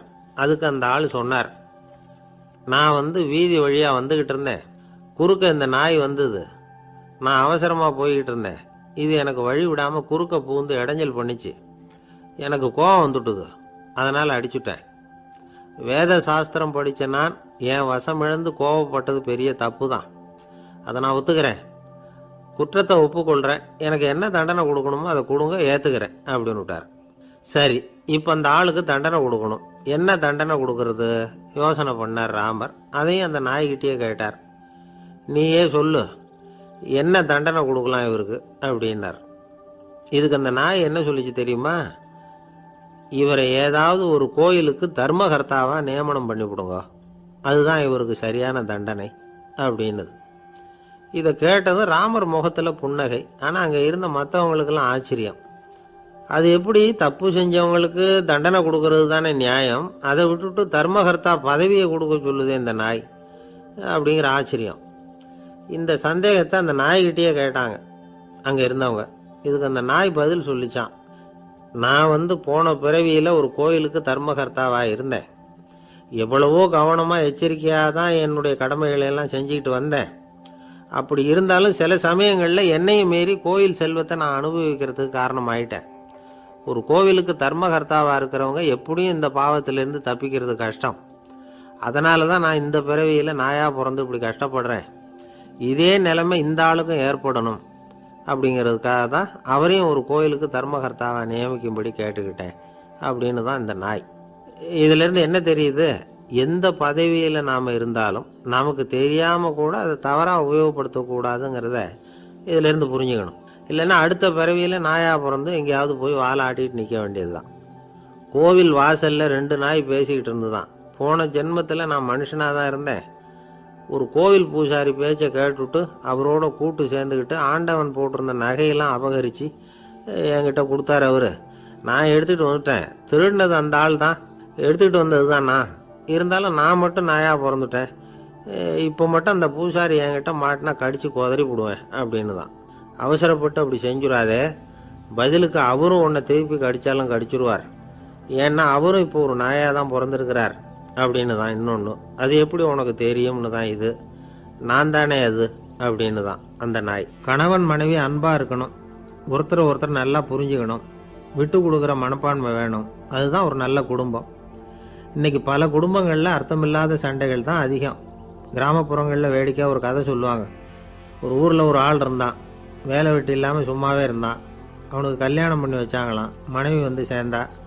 சும்மாவே உட்காந்துருக்கிறியே, ஏதாவது சம்பாதிக்கிற வழியை பாரு அப்படின்ட்டுருக்கா. அதுக்கு தான் யோசனை பண்ணிகிட்டு இருக்கிறேன். ஒரு அருமையான ஐடியா அப்படின்னு நானா. என்ன அது சொல்லு அப்படின்ட்டுருக்கா அவன். ஒரு ஆட்டுக்குட்டி வாங்க போகிறேன்னு இருக்கான். அதை வாங்கி என்ன பண்ண போகிறேன்னா, அந்த குட்டி வளரும், பெருசாகும், அதுக்கப்புறம் அது நிறைய குட்டி போடும் அப்படின்ட்டுருக்கான். சரி, அப்புறம் அப்புறம் என்ன, அதையெல்லாம் சந்தையில் கொண்டுட்டு போய் விற்றுவிட்டு அந்த காசுக்கு ஒரு எருவு மாடு வாங்கலாம். சரி, அது எதுக்கு? எருவு மாடு நிறைய பால் கொடுக்கும், அதை கொண்டுகிட்டு போய் பால் பண்ணையில் கொடுப்பேன், அல்லது நானே விற்றுருவேன், கை நிறைய காசு கிடைக்கும். அதுக்கப்புறம் ஒரு பசுமாடு வாங்குவேன், பாலையும் விற்கலாம், நாமளும் காய் போட்டு சாப்பிட்லாம், இப்படிலாம் சொல்லியிருக்கான். அப்போ அந்த பொண்ணு சொல்லிச்சான், அடுத்த தெருவில் இருக்கிற எங்கள் அம்மா வீட்டுக்கும் கொஞ்சம் பால் கொடுத்து அனுப்பலாம் அப்படின்ட்டுருக்கான் அந்த பொண்ணு. இந்த இடத்துல கணவனுக்கு கோவம் வந்துட்டுது. அது எப்படி உங்கள் அம்மா வீட்டுக்கு எதுக்கு கொடுக்கணும், அதெல்லாம் முடியாதுன்றிருக்கான். இந்த இடத்துல சண்டை ஆரம்பமாயிட்டுது. கொஞ்ச நேரத்தில் 2 பேரும் சத்தம் போட ஆரம்பிச்சிட்டாங்க. கடுமையான சண்டை நடக்கிறத பக்கத்து வீட்டுக்காரன் காதில் வாங்கினான். அவன் ஓடியாந்தான். அவனுக்கு தெரியும், வாங்காத மாட்டுக்காக இப்படி சண்டை போட்டுக்கிட்டு இருக்கிறாங்கங்கிறது அவனுக்கு புரியும். அவன் ஓடி வந்து சொன்னான், ஏண்டா உன்னோட பசுமாட்டை ஒழுங்காக கட்டி போடக்கூடாதான்ருக்கான். என்னடா சொல்கிறேன்னா இவன், உன் மாடு என் தோட்டத்தில் வந்து மேய்ஞ்சுட்டுது, பயிரெலாம் நாசமாயிட்டுது, 10,000 ரூபா அளவுக்கு சேதம், அதை வாங்கிட்டு போகிறதுக்கு தான் வந்தேன், குட்ரா 10,000 நானா. இவன் அரண்டு போயிட்டான். அப்புறம் சொன்னான், டே நான் இன்னும் மாடே வாங்கலையே, அதுக்குள்ளே அது வந்து எப்படிடா உன் தோட்டத்தில் மேயும், என்னடா உளர்றேன்ருக்கான். நீ தாண்டா இப்போ உளறிக்கிட்டு இருக்க, மாடே வாங்கலை, அதுக்குள்ளே எப்படிடா வந்து உன்னுடைய மனைவி அவங்க அம்மா வீட்டுக்கு பால் கொடுத்து அனுப்ப முடியும் அப்படின்னு அவன் கேட்டானா. நம்மளுக்கு இப்போ தான் புத்தி வந்துதான், அர்த்தமே இல்லாத சண்டை போட்டுக்கிட்டு இருக்கிறோம் அப்படிங்கிறத அவன் புரிஞ்சுக்கிட்டானான். இது நம்ம முன்னோர்கள் சொல்லியிருக்கிற ஒரு கதை. சண்டையில் தான் அர்த்தம் இல்லையே தவிர கதையில் அர்த்தம் உண்டு. அதாவது இல்லாத விஷயங்களுக்காக சண்டை போட்டுக்கிட்டு இல்லறத்தை வீணாக்கிக்கிட்டு இருக்கிற மனிதர்கள் இன்றைக்கு நிறைய பேர் இருக்கிறாங்க. ஒருத்தன் தன்னுடைய மனைவியை பற்றி மாமனார்கிட்ட புகார் சொன்னானா, மாமா உங்கள் பொண்ணு அர்த்தமில்லாத சண்டை போடுறா, எதுக்கு எடுத்தாலும் எடுத்தெறிஞ்சு பேசுகிறா அப்படின்ட்டுருக்கான். நீ எப்படி மாப்பிள்ளை அதை சமாளிக்கிற அப்படின்னு கேட்டிருக்காரு அவர். அவள் எடுத்தெறியறது என் மேலே படாமல் ஒதுங்கி நின்றுக்கிறேன் அப்படின்னு நானா இவன். ஒரு சிகை அலங்கார கூடம், ரொம்ப சுறுசுறுப்பாக எல்லாரும் வேலை செஞ்சுக்கிட்டு இருக்கிறாங்க. முடிவெட்டிக்க வந்திருக்கிறவங்க நிறைய பேர், எல்லாரும் வரிசையாக உட்காந்துருக்குறாங்க. அந்த சமயத்தில் திடீர்னு கதவை திறந்துக்கிட்டு ஒருத்தர் உள்ளே வர்றார். அவர் ஒரு பெரிய மனிதர். அவரும் முடிவெட்டிக்கிறதுக்காக தான் உள்ளே வந்திருக்கிறார். அவரை பார்த்த உடனே அங்கே வரிசையில் உட்காந்துருந்தவங்க எல்லாரும் எழுந்திரிச்சு அவர்கிட்ட வந்துட்டாங்க. அவரை சுற்றி நின்றுக்கிட்டாங்க. எப்படி இருக்கிறீங்க, நல்லா இருக்கீங்களா அப்படின்னு விசாரிக்க ஆரம்பிச்சிட்டாங்க. எல்லாம் முடிஞ்சதும் வந்தவர் கேட்டார், வரிசையில் கடைசியாக இருக்கிறவர் யார் அப்படின்னு கேட்டார். ஏன்னு கேட்டாங்க. நான் அதுக்கு அடுத்தபடியாக உட்காரணும், அதுக்காக தான் கேட்குறேன் அப்படின்னார். உடனே அங்கே இருந்தவங்கள்லாம் என்ன சொன்னாங்க தெரியுமா, நீங்கள் வந்து வரிசையில் காத்திருக்கக்கூடாது, நீங்கள் அரசாங்கத்தின் தலைவர், உங்களுக்கு நேரம் முக்கியம், அதனால் நீங்கள் முன்னாடி போங்க அப்படின்னு சொன்னாங்க. ஆனால் அதை அவர் கேட்கல. தோழர்களே, உங்களுடைய கருத்துக்கு ரொம்ப நன்றி, எல்லாரும் வரிசையாக தான் வரணும், அதுதான் முறை, வரிசையில் வரணுங்கிற நடைமுறையை நானும் பின்பற்ற விரும்புகிறேன், நாம் எல்லாரும் சமமானவர்கள் அப்படின்னார். இப்படி சொல்லிவிட்டு வரிசையில் கடைசியாக இருந்த ஒரு நாற்காலியில் போய் உட்காந்துக்கிட்டார். தன் சட்டை பையில் இருந்த ஒரு செய்தித்தாளை எடுத்தார், படிக்க ஆரம்பிச்சிட்டார். ஆனால் அங்கே இருந்தவங்களால இதை வந்து பார்த்துக்கிட்டு சும்மா இருக்க முடியல. ஒருத்தர் எழுந்திரிச்சு வந்தார். ஐயா, இப்போ என்னுடைய முறை வந்திருக்குது, நான் தான் போக வேண்டிய முறை, உங்களை இங்கே காத்திருக்க வைக்கிறத விட ஒரு 5 ஆண்டுகளுக்கு கூட நான் வந்து முடிவெட்டிக்காமே இருந்துட முடியும் அப்படின்னார். அவர் மறுபடியும் சொன்னார், ஐயா நீங்கள் வந்து வரிசை முறையை தாண்டி போக விருப்பப்படல, சரி, ஆனால் என்னுடைய முறையை வந்து மாற்றி கொடுக்கறதுக்கு எனக்கு வந்து முழு உரிமை இருக்குது, இதுக்கு பதிலாக உங்களுடைய கடைசி இடத்த நான் எடுத்துக்கிறேன், இதை நீங்கள் மறுக்க முடியாதுன்னார். அங்கே இருந்த மற்றவங்களும் இதை ஒரு மனசாக வற்புறுத்த ஆரம்பிச்சிட்டாங்க. அந்த பெரிய மனிதர் பார்த்தார், சரின்னு கடைசியாக ஒத்துக்கிட்டார். அவர் யார் தெரியுமா, அவர் தான் மாவீரர் லெனின். ரஷ்யாவில் கிரெம்ளின் சிகை அலங்கார கூடத்தில் தான் இது நடந்தது. எல்லாரும் இந்நாட்டு மன்னர்கள்னு வாயளவில் பேசுகிறதுல என்ன பிரயோஜனம், நாம் எல்லாரும் சமங்கிறத நடைமுறையில் கடைப்பிடிச்சி காட்டினவங்க கொஞ்சம் பேர் தான். அவங்களில் ஒருத்தர் தான் லெனின்.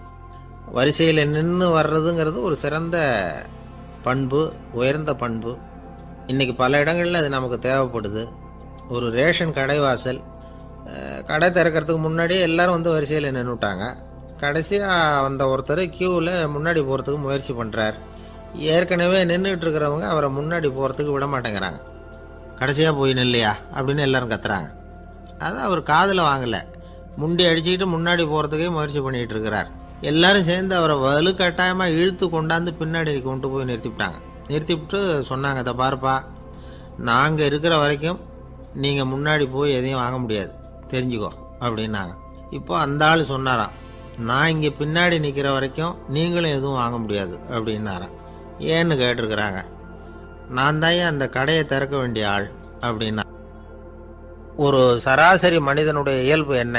இன்பம் வந்தால் துள்ளி குதிப்பான், துன்பம் வந்தால் சோர்ந்து போய் ஒரு மூலையில் உட்காந்துருவான். இவன் தான் சராசரி மனிதன்.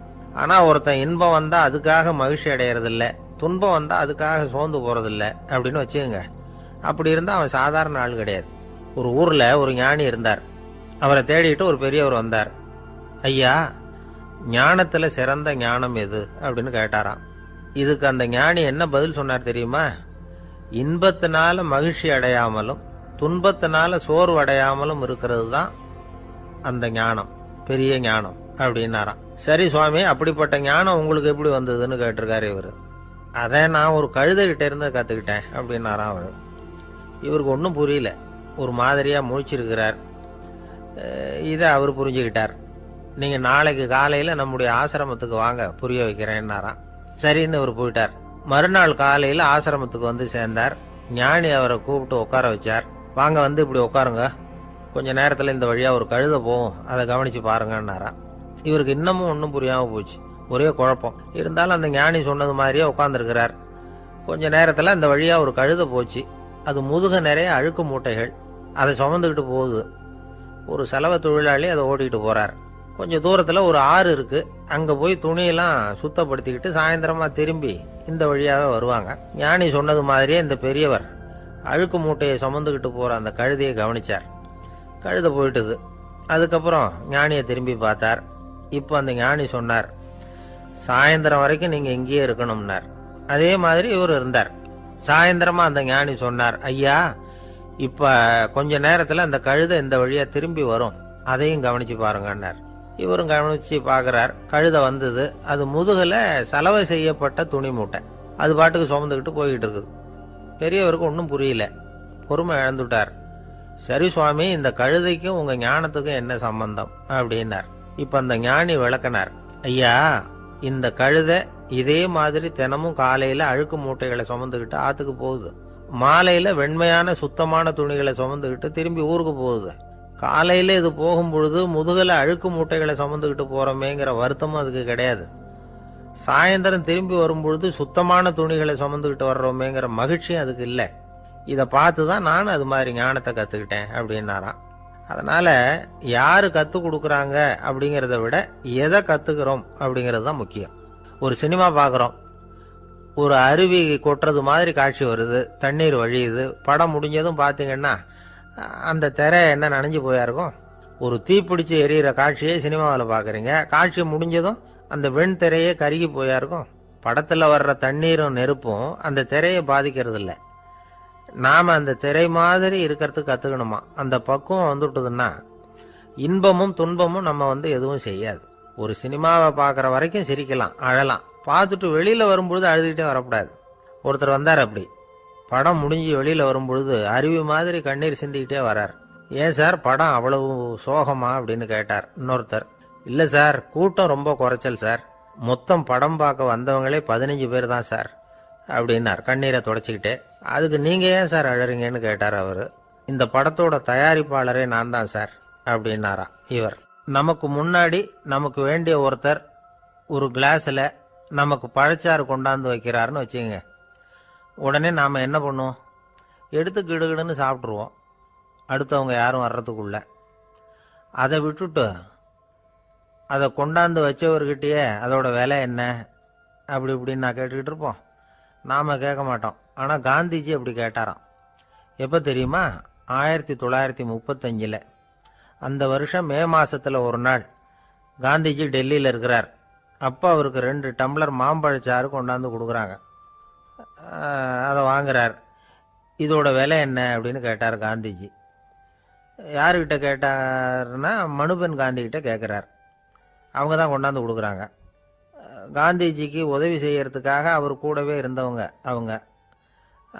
அவங்ககிட்ட தான் கேட்குறாரு. காந்திஜி சும்மா வேடிக்கைக்காக இப்படி கேட்குறாருன்னு நினச்சிட்டாங்க அந்த அம்மா. அதுவும் இல்லாமல் அதோட விலையை கேட்டால் காந்திஜி நிச்சயமாக அதை சாப்பிட மாட்டார் அப்படிங்கிற பயம் வேறு. அதனால் அந்த அம்மா பதில் எதுவும் சொல்லாமல் கம்முன்னு இருந்துட்டாங்க.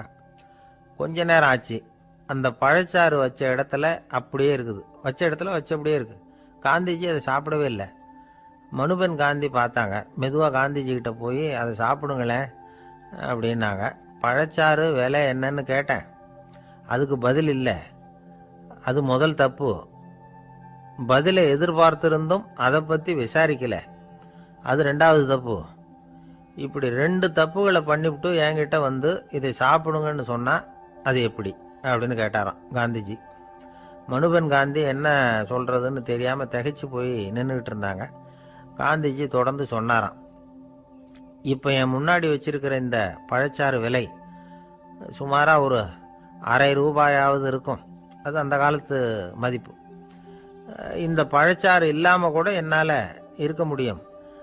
ஆனால் அவசியமான பொருள்களை வாங்கிறதுக்கு கூட சக்தி இல்லாத மக்கள் இந்த நாட்டில் நிறைய பேர் இருக்கிறாங்க. அப்படி இருக்கிறப்போ எனக்கு என்னத்துக்கு இந்த விலை உயர்ந்த பானம்? இதை இப்போ நான் சாப்பிட்டா என் உடம்பு வேணும்னா ஆரோக்கியமாகலாம், ஆனால் என் மனசு அமைதி அடையாது. எனக்கு என்னுடைய உடல் ஆரோக்கியத்தை விட மன ஆரோக்கியம்தான் முக்கியம். அதனால் இதை நான் சாப்பிட மாட்டேன், எடுத்துகிட்டு போயிடு அப்படின்னாராம். அந்த சமயத்தில் ஒரு அகதி பொண்ணு 2 குழந்தைகளோட காந்திஜியை பார்க்கறதுக்காக வந்தது. வணக்கம் சொல்லிச்சு. காந்திஜி உடனே தனக்கு முன்னாடி இருந்த பழச்சாற்றை எடுத்து அந்த பொண்ணுகிட்டையும் குழந்தைகள்கிட்டையும் கொடுத்து சாப்பிட சொன்னார். அவங்க அதை வாங்கி ரொம்ப சந்தோஷத்தோடு சாப்பிட்டாங்களாம். அதை பார்த்த காந்திஜி முகத்தில் ஒரு புன்னகை, ஒரு பரவசம், ஒரு திருப்தி. அவர் மனசு நிறைஞ்சிருந்தது. அப்போ அவர் சொன்னாராம், ஆண்டவன் எனக்கு எப்பவும் சரியான சமயத்தில் கை கொடுப்பாருங்கிறது அதுக்கு இதுதான் அத்தாட்சி. நான் ஒரு இக்கட்டான சூழ்நிலையில் இருக்கிறப்ப கூட கடவுளின் கருணையால் அந்த சூழ்நிலை என்னை பாதிக்கலை. என் கூட இவ்வளவு நாள் பழகியும் கூட இங்கே இருக்கிறவங்க எனக்கு அதிக விலையுள்ள பழரசத்தை கொடுத்தாங்க. ஆனால் சரியான நேரத்தில் அதை சாப்பிட வேண்டியவங்களை என்கிட்ட அனுப்பி வச்சு என்னை சந்தோஷப்படுத்தினார் கடவுள், அவருக்கு நன்றி அப்படின்னாராம் மகாத்மா காந்தி. உடல் ஆரோக்கியத்தை விட மன ஆரோக்கியம்தான் எனக்கு முக்கியம்னு சொன்னார் பாருங்க. அதை நாம் எல்லாரும் மனப்பூர்வமாக இன்றைக்கி சிந்திச்சு பார்க்கணும். இந்த காலத்தில் எல்லாரும் அப்படியா நினைக்கிறாங்க? எனக்கு தெரிஞ்ச ஒருத்தர் இருந்தார். தினமும் காலையில் ஒரு காபி சாப்பிட உட்கார்ற நேரத்தில் பக்கத்து வீட்டுக்காரர் வந்து சேருவார் கரெக்டாக. உடனே அவரும் தனக்குன்னு வந்திருக்கிற காப்பியை எடுத்து மனப்பூர்வமாக பக்கத்து வீட்டுக்காரர்கிட்ட கொடுத்துருவார். அதுக்கப்புறம் அவருக்காக வேற காப்பி போட்டு கொண்டாந்து கொடுத்தாலும் வேண்டான்னு சொல்லிடுவார். ஆண்டவனா பார்த்து சரியான நேரத்தில் அவரை எங்கள் வீட்டுக்கு தினமும் அனுப்பி வைக்கிறார் அப்படிம்பார். ஏன் அப்படி சொல்கிறீங்க அப்படின்னு கேட்டோம் ஒரு நாள். அதுக்கு அவர் சொல்கிறார், எனக்கு என்னோட உடல் ஆரோக்கியம்தான் முக்கியம். இதை கடவுள் புரிஞ்சுக்கிட்டு எங்கள் வீட்டு காப்பியை சாப்பிட்றதுக்கு தினமும் அடுத்த வீட்டுக்காரனை அனுப்பி வைக்கிறார் அப்படின்னார் அவர். ஒரு நீதிமன்றம், அங்கே ஒரு கொலை வழக்கு சம்பந்தமாக விசாரணை நடந்துக்கிட்டு இருக்குது. அந்த வழக்கறிஞர் ரொம்ப தீவிரமாக வாதாடிக்கிட்டு இருக்கிறார். தன்னுடைய கட்சிக்காரர் நிரபராதிங்கிறது அவருக்கு நல்லா தெரியும். அதனால தான் அவர் சார்பாக வாதாடுறதுக்கே ஒத்துக்கிட்டார். அப்படி அவர் மும்முரமாக வாதாடிக்கிட்டு இருக்கிற சமயத்தில் அவசரமாக தந்தி ஒன்று வந்து சேர்ந்தது. அதை வாங்கி படித்து பார்த்தார். அதுக்கப்புறம் அதை மடித்து தன்னுடைய கோட்டு பையில் வச்சுக்கிட்டு தொடர்ந்து வாதாட ஆரம்பிச்சிட்டார். பேசி முடித்தார்.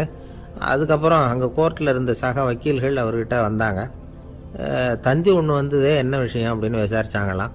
அப்போ அவர் சொல்லியிருக்கிறார், ஊரில் சிகிச்சைக்காக போயிருந்த என்னுடைய மனைவி இறந்து போனதாக தந்தி வந்திருக்குது அப்படின்னாராம். மற்ற வக்கீல்களுக்கு அதிர்ச்சி. என்னங்க இது, மனைவி இறந்ததை விட கேஸு முக்கியமாக உங்களுக்கு அப்படின்னு கேட்டிருக்கிறாங்க. இறந்து போன என் மனைவி மறுபடியும் திரும்பி வர போகிறதில்ல, ஆனால் என்னுடைய கட்சிக்காரர் ஒரு கொலை வழக்கில் மாட்டிக்கிட்டார். அவரும் நிரபராதி. அவர் உசுரை நான் காப்பாற்ற வேணாமா? இதுதான் என்னுடைய கடமை அப்படின்னாராம். இப்படி இவர் சொன்னதும் எல்லாரும் அப்படியே திகைச்சு போய் நின்றுட்டாங்களாம். சரி, கடமைக்கு முக்கியத்துவம் கொடுத்த அந்த வழக்கறிஞர் யார் தெரியுமா? அவர் தான் இரும்பு மனிதர் சர்தார் வல்லபாய் பட்டேல். குஜராத் மாநிலத்தில் 1875 அக்டோபர் 31 அன்றைக்கு ஜாவேரி பாய் அப்படிங்கிறவருக்கு 4வது பிள்ளையா அவர் பிறந்தாராம். இந்த ஜாவேரி பாய் யார் தெரியுமா? ஜான்சி ராணி லட்சுமி பாய் போர் படையில் ஒரு வீரராக பணிபுரிஞ்சவர். இளம் வயசில் வல்லபாய் பட்டேல் ரொம்ப சிரமப்பட்டு படிச்சிருக்கார். விடாமுயற்சி வெற்றியை கொடுத்தது. கல்லூரியிலையும் காலடி வச்சார். அதுக்கப்புறம் வக்கீல் பட்டத்தையும் வாங்கினார். பிரிட்டிஷ் ஆட்சி நடந்துக்கிட்டு இருந்த சமயம் குஜராத்தை சேர்ந்த பர்டோலி தாலுகாவில் விவசாயிகள் மேலே அரசாங்கம் திடீர்னு நில வரியை வசதி விட்டு தான். ஏழை விவசாயிகள் ரொம்ப கஷ்டப்பட்டிருக்காங்க. அரசாங்கம் வரி செலுத்தாத விவசாயிகளின் நிலங்களை எல்லாம் ஜப்தி செஞ்சுதான். அரசாங்கத்தை எதிர்க்கிறவங்களையெல்லாம் கைது பண்ணி சிறையில் அடைச்சுட்டாங்களாம். சில பேர் வீடு வாசல் ஆடு மாட்டையெல்லாம் விற்று கூட வரி கட்ட வேண்டிய நிலைமைக்கு ஆளாயிட்டாங்க.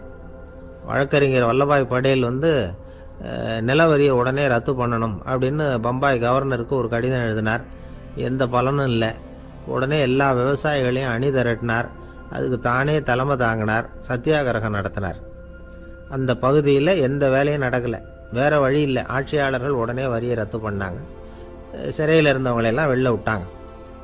1928 ஆகஸ்ட் 6 சர்க்காருக்கும் விவசாயிகளுக்கும் இடையில் ஒரு உடன்பாடு ஏற்பட்டது. அதுக்கப்புறம் தான் நிலைமை சரியாக போச்சான். வல்லபாய் படேலின் பொது சேவையை பாராட்டின பொதுமக்கள் அவருக்கு சர்தார் அப்படிங்கிற பட்டத்தை கொடுத்தாங்களாம். சர்தார்னா தலைவர் அல்லது தளபதின்னு அர்த்தம். இரும்பு மனிதர்னு இவருக்கு பேர். இருந்தாலும் நகைச்சுவை உணர்வும் இவருக்கு நிறைய உண்டு. ஒரு தடவை ஒரு பத்திரிகை நிருபர் வந்திருக்கார். சர்தார் பட்டேல்கிட்ட அவருக்கு பிடிச்ச பண்பாடு கலாச்சாரம் எது அப்படின்னு கேட்கணும்னு ஆசை. அதனால் அவரை பார்த்து கேட்டாராம், ஏங்க உங்களுக்கு பிடிச்ச கல்ச்சர் எது அப்படின்னு கேட்டிருக்கார். இதுக்கு சர்தார் பட்டேல் சொன்ன பதில் என்ன தெரியுமா? எனக்கு பிடிச்ச கல்ச்சர் அக்ரிகல்ச்சர் அப்படின்னாராம். ஒருத்தர் குதிரை ரேஸுக்கு போனார். பணம் கட்டினார், தோற்று போயிட்டார். மறுபடியும் போனார், பணம் கட்டினார், தோற்று போனார். அடுத்த தடவையும் பணம் கட்ட போனப்போ அவரை தடுத்து கேட்டோம், ஏன் சார் ஏற்கனவே விட்டது போதாதா, இன்னமும் இருக்கிறத விடணுமா அப்படின்னு கேட்டோம். விட்டதையெல்லாம் மொத்தமாக எடுக்க வேணாமா சார், அதுக்காக தான் தொடர்ந்து பணம் கட்டுறேன்னார் அவர். இவரை திருத்துறது ரொம்ப கஷ்டம். இது ஒரு மனநோய். மனநோய்களில் பல வகை உண்டு. மனநோய்கள் பிரிவு அட்டவணையில் சூதாட்டம்ங்கிறது அவதியுறும் நோய் அப்படிங்கிற தலைப்பில் வருது. சூதாட்டம் 2 வகைப்படும்னு சொல்கிறாங்க உளவியல் நிபுணர்கள். ஒரு வகை எப்படின்னா, நண்பர்களோடு சேர்ந்துக்கிட்டு மகிழ்ச்சியும் கிளர்ச்சியும் அடையிறதுக்காக ஈடுபடுறது. பிரச்சனைகளை தீர்க்கறதுல ஒரு ஆர்வம். கேளிக்கைக்காக கொஞ்சம் விட்டு பிடிக்கிறது அப்படிங்கிற மனுஷனுடைய அடி மனசில் உள்ள விபரீத பிணைய சுபாவம், இதெல்லாம் அதுக்கு காரணம். இன்னொரு வகை எப்படின்னா, சூதாட்டத்தில் ஈடுபட்டு ஒரு கட்டாய நிலைமைக்கு ஆளாயிடுறது. ஈடுபடு அப்படின்னு மனசு ஒரு வெறித்தன்மையை தூண்டிக்கிட்டே இருக்கும். இப்படிப்பட்டவங்களுக்கு நாம் தோத்துக்கிட்டு இருக்கோங்கிறது தெரியும். நாம் ஜெயிக்கிறதுக்கான சந்தர்ப்பம் இல்லைங்கிறதும் தெரியும். இதனால் நமக்கும் கஷ்டம், நம்ம சுற்றி இருக்கிறவங்களுக்கும் கஷ்டங்கிறதும் புரியும். அப்படி இருந்தும் சூதாடுவாங்க. இதுக்கு காரணம் சூதாடியின் பகற்கனவு அப்படிங்கிறாங்க நிபுணர்கள். இந்த நிலைமைக்கு கட்டாய சூதாட்டம் அல்லது நிர்பந்த சூதாட்டம் அப்படின்னு பேர் வச்சிருக்கிறாங்க. இப்படிப்பட்ட ஆசாமி இருக்கிறது பூரா விட்டுருவான், கடன் வாங்குவான், திருடுவான். இருந்தாலும் என்னைக்காவது ஒரு நாள் ஜெயிச்சிருவேன் அப்படின்னு சொல்லிக்கிட்டே இருப்பான். விட்டதை எடுத்துருவேங்கிற ஒரு நம்பிக்கை சுடர் அவனுக்குள்ளே எரிஞ்சுக்கிட்டே இருக்கும். இவனை மனநோயாளி அப்படின்னு சொல்லிட முடியாதான். என்ன காரணம்னா, இது மாதிரி ஆளுங்க கிட்ட மன போராட்டமோ கவலையோ பதட்டமோ இருக்கிறது இல்லை. சில விசேஷமான குணங்கள் இவங்க கிட்ட உண்டு. எதிர்ப்பு உணர்ச்சி, சிறுபிள்ளைத்தனம், சட்ட திட்டங்களையும் சம்பிரதாயங்களையும் உட தெரியாத மனப்போக்கு, பொறுப்பில்லாத தன்மை, நெறிதவறி நடக்கிறது எல்லாம் இவங்ககிட்ட உண்டு. ஆனால் வெளிப்பார்வைக்கு ரொம்ப சிநேகமாக இருப்பாங்க, அன்பாக இருப்பாங்க. அப்படி இருக்கிறதாக காட்டிக்குவாங்க. ஆதாயம், சுயலாபம் இதெல்லாம் கருதி தான் பழகுவாங்க. இவங்க கேட்குறப்ப நாம் பணம் கொடுக்கலன்னு வச்சுக்கோங்க, நம்மளை கை விட்டுருவாங்க. நம்ம மேலே அபாண்டமாக பழி சுமத்துறது கூட தயங்க மாட்டாங்க. தங்களுடைய சூதாட்ட நடவடிக்கைகளுக்கு சாதகமான காரணங்களை சொல்லிகிட்டு இருப்பாங்க. நீ வேணும்னா பாரு, ஒரே நாளில் நான் இழந்ததையெல்லாம் மீட்டு லட்சாதிபதி ஆறேன்னா இல்லையா பாரு அப்படிம்பாங்க. தோற்று போகிறத ஒரு படிப்பினையாக இவங்க எடுத்துக்கிறதே இல்லை. தோற்று போகிறதுலேயே இவங்களுக்கு ஒரு அலாதியான சுகம். தனக்குத்தானே துன்பத்தை வரவழைச்சிக்கிட்டு இன்பம் அடையிறதுக்கு தன்வதை சுகம் அப்படின்னு பேர். இவங்கெல்லாம் அந்த ரகம். சில பேர் எப்படி தெரியுமா, மந்திர எண்ணங்களை வரவழைச்சிக்கிறது, சூதாடுறதுக்காக ஆஃபீஸில் கையாடல் பண்ணுறது, அடுத்தவங்க கிட்ட இருந்து திருடுறது. இந்த மந்திர எண்ணம் தீவிரமாச்சுன்னா ஒரு மாதிரியாக பேச ஆரம்பிச்சிருவாங்க. தோல்வி தான் சார் வெற்றிக்கு முதல் படியும்பாங்க. தன்னால் பகடக்காய்களையும் குதிரை ஓட்டிகளையும், அதாவது இந்த ஜாக்கிகள், அதெல்லாம் கட்டுப்படுத்த முடியுங்கிற பித்து நிலைக்கு இவங்கெல்லாம் தள்ளப்பட்டுருவாங்க. சில சூதாடிகள் ஆராய்ச்சி பார்த்ததில் என்ன தெரிய வந்தது தெரியுமா, அவங்கெல்லாம் குழந்தை பருவத்தில் அன்புக்காக ஏங்கினவங்களாம், புறக்கணிக்கப்பட்டவங்களாம், உதவிகளை பெற முடியாதவங்க, இப்படிலாம் இருந்திருக்கிறாங்க. இவங்க வளர வளர மற்றவங்க சௌகரியம் பற்றி அக்கறை இல்லாதவங்களா ஆயிடுறாங்க. அதிர்ஷ்ட தேவதை தன்னோட இருக்கிறாங்க அப்படிங்கிற அசையாத நம்பிக்கை இவங்களுக்கு. இவங்களை திருத்துறது ரொம்ப கஷ்டம்.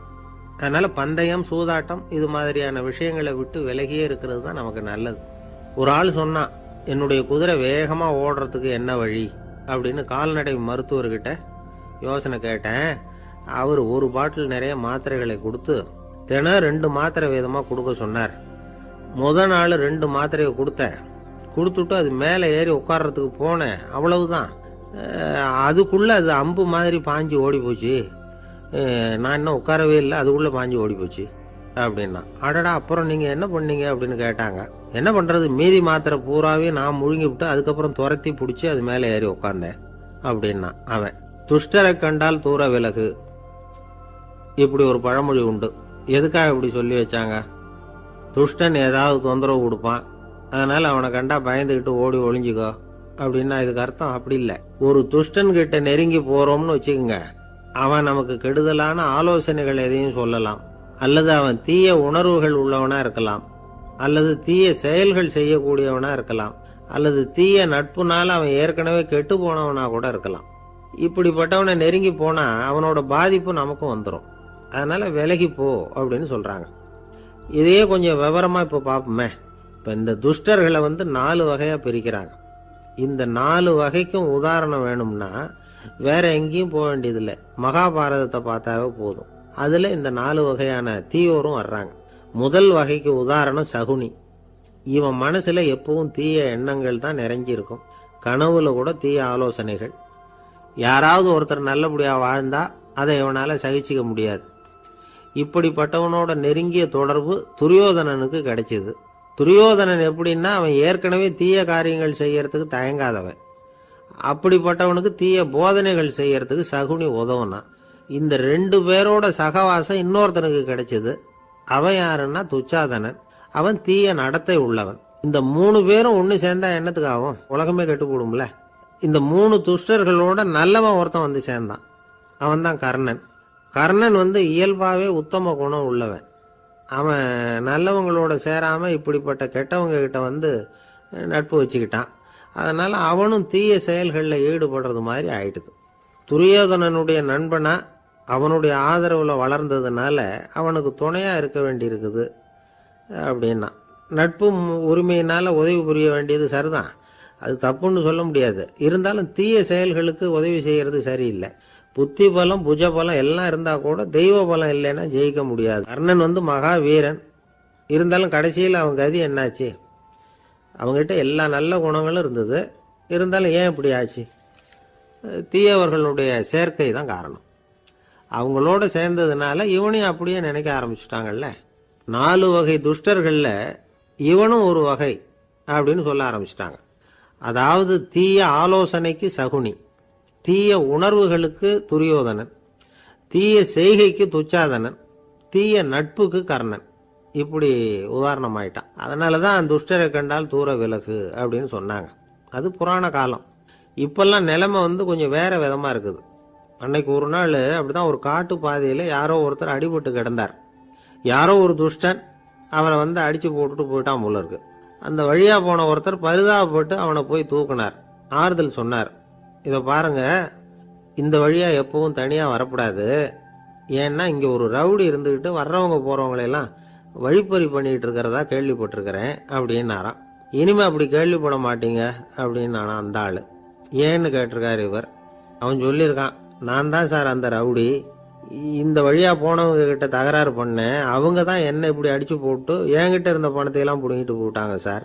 காலம் ரொம்ப கெட்டு போச்சு அப்படின்னு நானா ரொம்ப பரிதாபமா. ஒரு அழகான கடற்கரை. சுற்றுலா பயணிகள் நிறைய பேர் அங்கே போகிறது வழக்கம். சனி ஞாயிறு கூட்டம் அதிகமாக இருக்கும். அதோட விளைவு என்னங்கிறது அடுத்த நாள் தான் தெரியும். ஆமாம், அந்த கடற்கரையை சுத்தப்படுத்துகிற தொழிலாளிகள் திங்கட்கிழமை ரொம்ப சிரமப்படுவாங்க. சனி ஞாயிறு வந்த கூட்டம் கடற்கரை பூராவும் காலி ஐஸ்கிரீம் கப்புகளை வீசி எறிஞ்சிட்டு போயிருக்கும். ஆயிரக்கணக்கான கப்புகள் அங்கே பரவலாக கிடக்கும். அதையெல்லாம் பொறுக்கி எடுத்து சுத்தம் பண்ணி ஆகணும். இதனால திங்கட்கிழமை வேலைக்கு வர்றதுக்கு எல்லாரும் பயப்படுவாங்க. அப்படி ஒரு நிலைமை. பல பேர் அன்னைக்கு லீவ் எடுத்துகிட்டு போயிடுறது வழக்கம். நமக்கு எதுக்கு இன்னைக்கு தொந்தரவுன்னு. இது ஒரு பெரிய பிரச்சனையாக இருந்தது. இதுக்கு என்ன பண்ணலாம் அப்படின்னு யோசனை பண்ணாங்க. ஒரு ஆலோசனை கூட்டத்துக்கு ஏற்பாடு பண்ணாங்களாம். அந்த நகர நிர்வாக அலுவலர்கள், பணியாளர்கள் எல்லாரும் அதில் கலந்துக்கிட்டாங்க. கூட்டம் ஆரம்பமாச்சு. ஆரம்பத்தில் சொன்னாங்க, இந்த பிரச்சனைக்கு ஒரு தீர்வு வேணும், என்ன பண்ணலாம், அதை முடிவு செய்கிறதுக்கு தான் இந்த கூட்டம். இதில் நீங்கள் செய்ய வேண்டியது என்னென்னா, உங்களுக்கு தோன்றுகிற யோசனை எதுவாக இருந்தாலும் சொல்லுங்கள். கொஞ்சம் கூட தயக்கம் வேண்டாம். நாம் சொல்கிற யோசனை ஈடுபடுமா படாதா அப்படின்னுலாம் யோசிக்க வேணாம். எல்லாருடைய யோசனைகளையும் அப்படியே பதிவு செய்துக்கிறோம். கடைசியாக அதிலேருந்து ஒரு சிறந்த யோசனையை தேர்வு பண்ணி அதை பயன்படுத்தலாம். இந்த சந்தர்ப்பத்தில் இன்னொரு முக்கியமான வேண்டுகோள், எவ்வளவு சாதாரணமான யோசனையாக இருந்தாலும் சரி, அது சொல்லும் பொழுது அடுத்தவங்க ஏளனம் செய்யக்கூடாது. இது ஒரு பெரிய யோசனையா அப்படின்னு சொல்லி எதையும் அலட்சியப்படுத்தக்கூடாது. இதுதான் அந்த கூட்டத்தின் ஆரம்பத்தில் செய்யப்பட்ட அறிவிப்பு. உடனே அந்த கூட்டத்தில் இருந்தவங்க ஆளுக்கு ஒரு யோசனை சொல்ல ஆரம்பித்தாங்க. ஒருத்தர் எழுந்திருச்சார், இங்கே வர்ற சுற்றுலா பயணிகள்கிட்ட ஆளுக்கு $10 ஒரு டெபாசிட் மாதிரி வைப்பு பணமாக வாங்கிக்கணும். காலி ஐஸ்கிரீம் கப்பை திருப்பி கொடுத்தா அந்த பணத்தை திருப்பி கொடுத்துடலாம். இப்படி ஒரு ஏற்பாடு பண்ணிக்கிட்டா கப்புகளை தேடி பொறுக்கிட்டு இருக்க வேண்டியதில்லை, எல்லாம் ஒரே இடத்துக்கு வந்து சேர்ந்துடும். அப்படியே நாம் தூக்கிட்டு போய் ஒரு இடத்துல கொட்டி போடலாம் அப்படின்னார். இன்னொருத்தர் எழுந்திரிச்சார், கப்பை கீழே போட்டால் $50 அபராதம் அப்படின்னு அங்கங்கே போர்டு எழுதி வச்சுடலாம். கப்புகளை போடுறதுக்கு அங்கங்கே பெரிய கூடைகளை வச்சுடலாம். நாம் சாவகாசமாக அந்த கூடைகளை சேகரம் பண்ணிக்கலாம் அப்படின்னாராம். இன்னொருத்தர் எழுந்திரிச்சு கொஞ்சம் கோபமாக பேசினார். கப்புகளை அவங்க வாயிலே திணிச்சுடணும், அதுகளை முன்னு சாப்பிட்டு பார்த்தா தான் தெரியும் அது எவ்வளவு கஷ்டங்கிறது அப்படின்னு ரொம்ப கடுமையாக பேசியிருக்கார். இது வேடிக்கையாக தெரிஞ்சாலும் இந்த யோசனையும் பதிவு செஞ்சுக்கிட்டாங்களாம். இப்படி பல யோசனைகள். கடைசியாக எல்லாத்தையும் படித்து பார்த்துட்டு பரிசீலனை பண்ணாங்க. அப்புறம் தான் யோசனை வந்தது. இவர் வேடிக்கையாக சொன்னது கப்புகளை அவங்கவுங்க வாயிலே திணிச்சு சாப்பிட சொல்லணும், அதுதான் தண்டனைன்னார்ல. ஏன் அப்படி சாப்பிட்றது மாதிரியே கப்புகளை தயார் பண்ணா என்ன அப்படின்னு சிந்திக்க ஆரம்பித்தாங்களாம். ஆகா, அதுதான் சரின்னு ஒரு முடிவுக்கு வந்தாங்க. அதுலேருந்து உருவானது தான் இந்த வேஃபர் கப்ஸ். ஐஸ்கிரீமை சாப்பிட்டு முடிச்சதும் கப்பையும் சாப்பிட்டுடலாம். கோன் ஐஸ்கிரீம் சாப்பிட்றோம்ல, அதுதான். அமெரிக்காவில் மியாமி கடற்கரையில் ரொம்ப காலமாக இருந்துக்கிட்டு வந்த குப்பை பிரச்சனைக்கு இப்படி தான் ஒரு தீர்வு வந்து தான். இதுலேருந்து நாம் புரிஞ்சிக்க வேண்டியது என்னென்னா,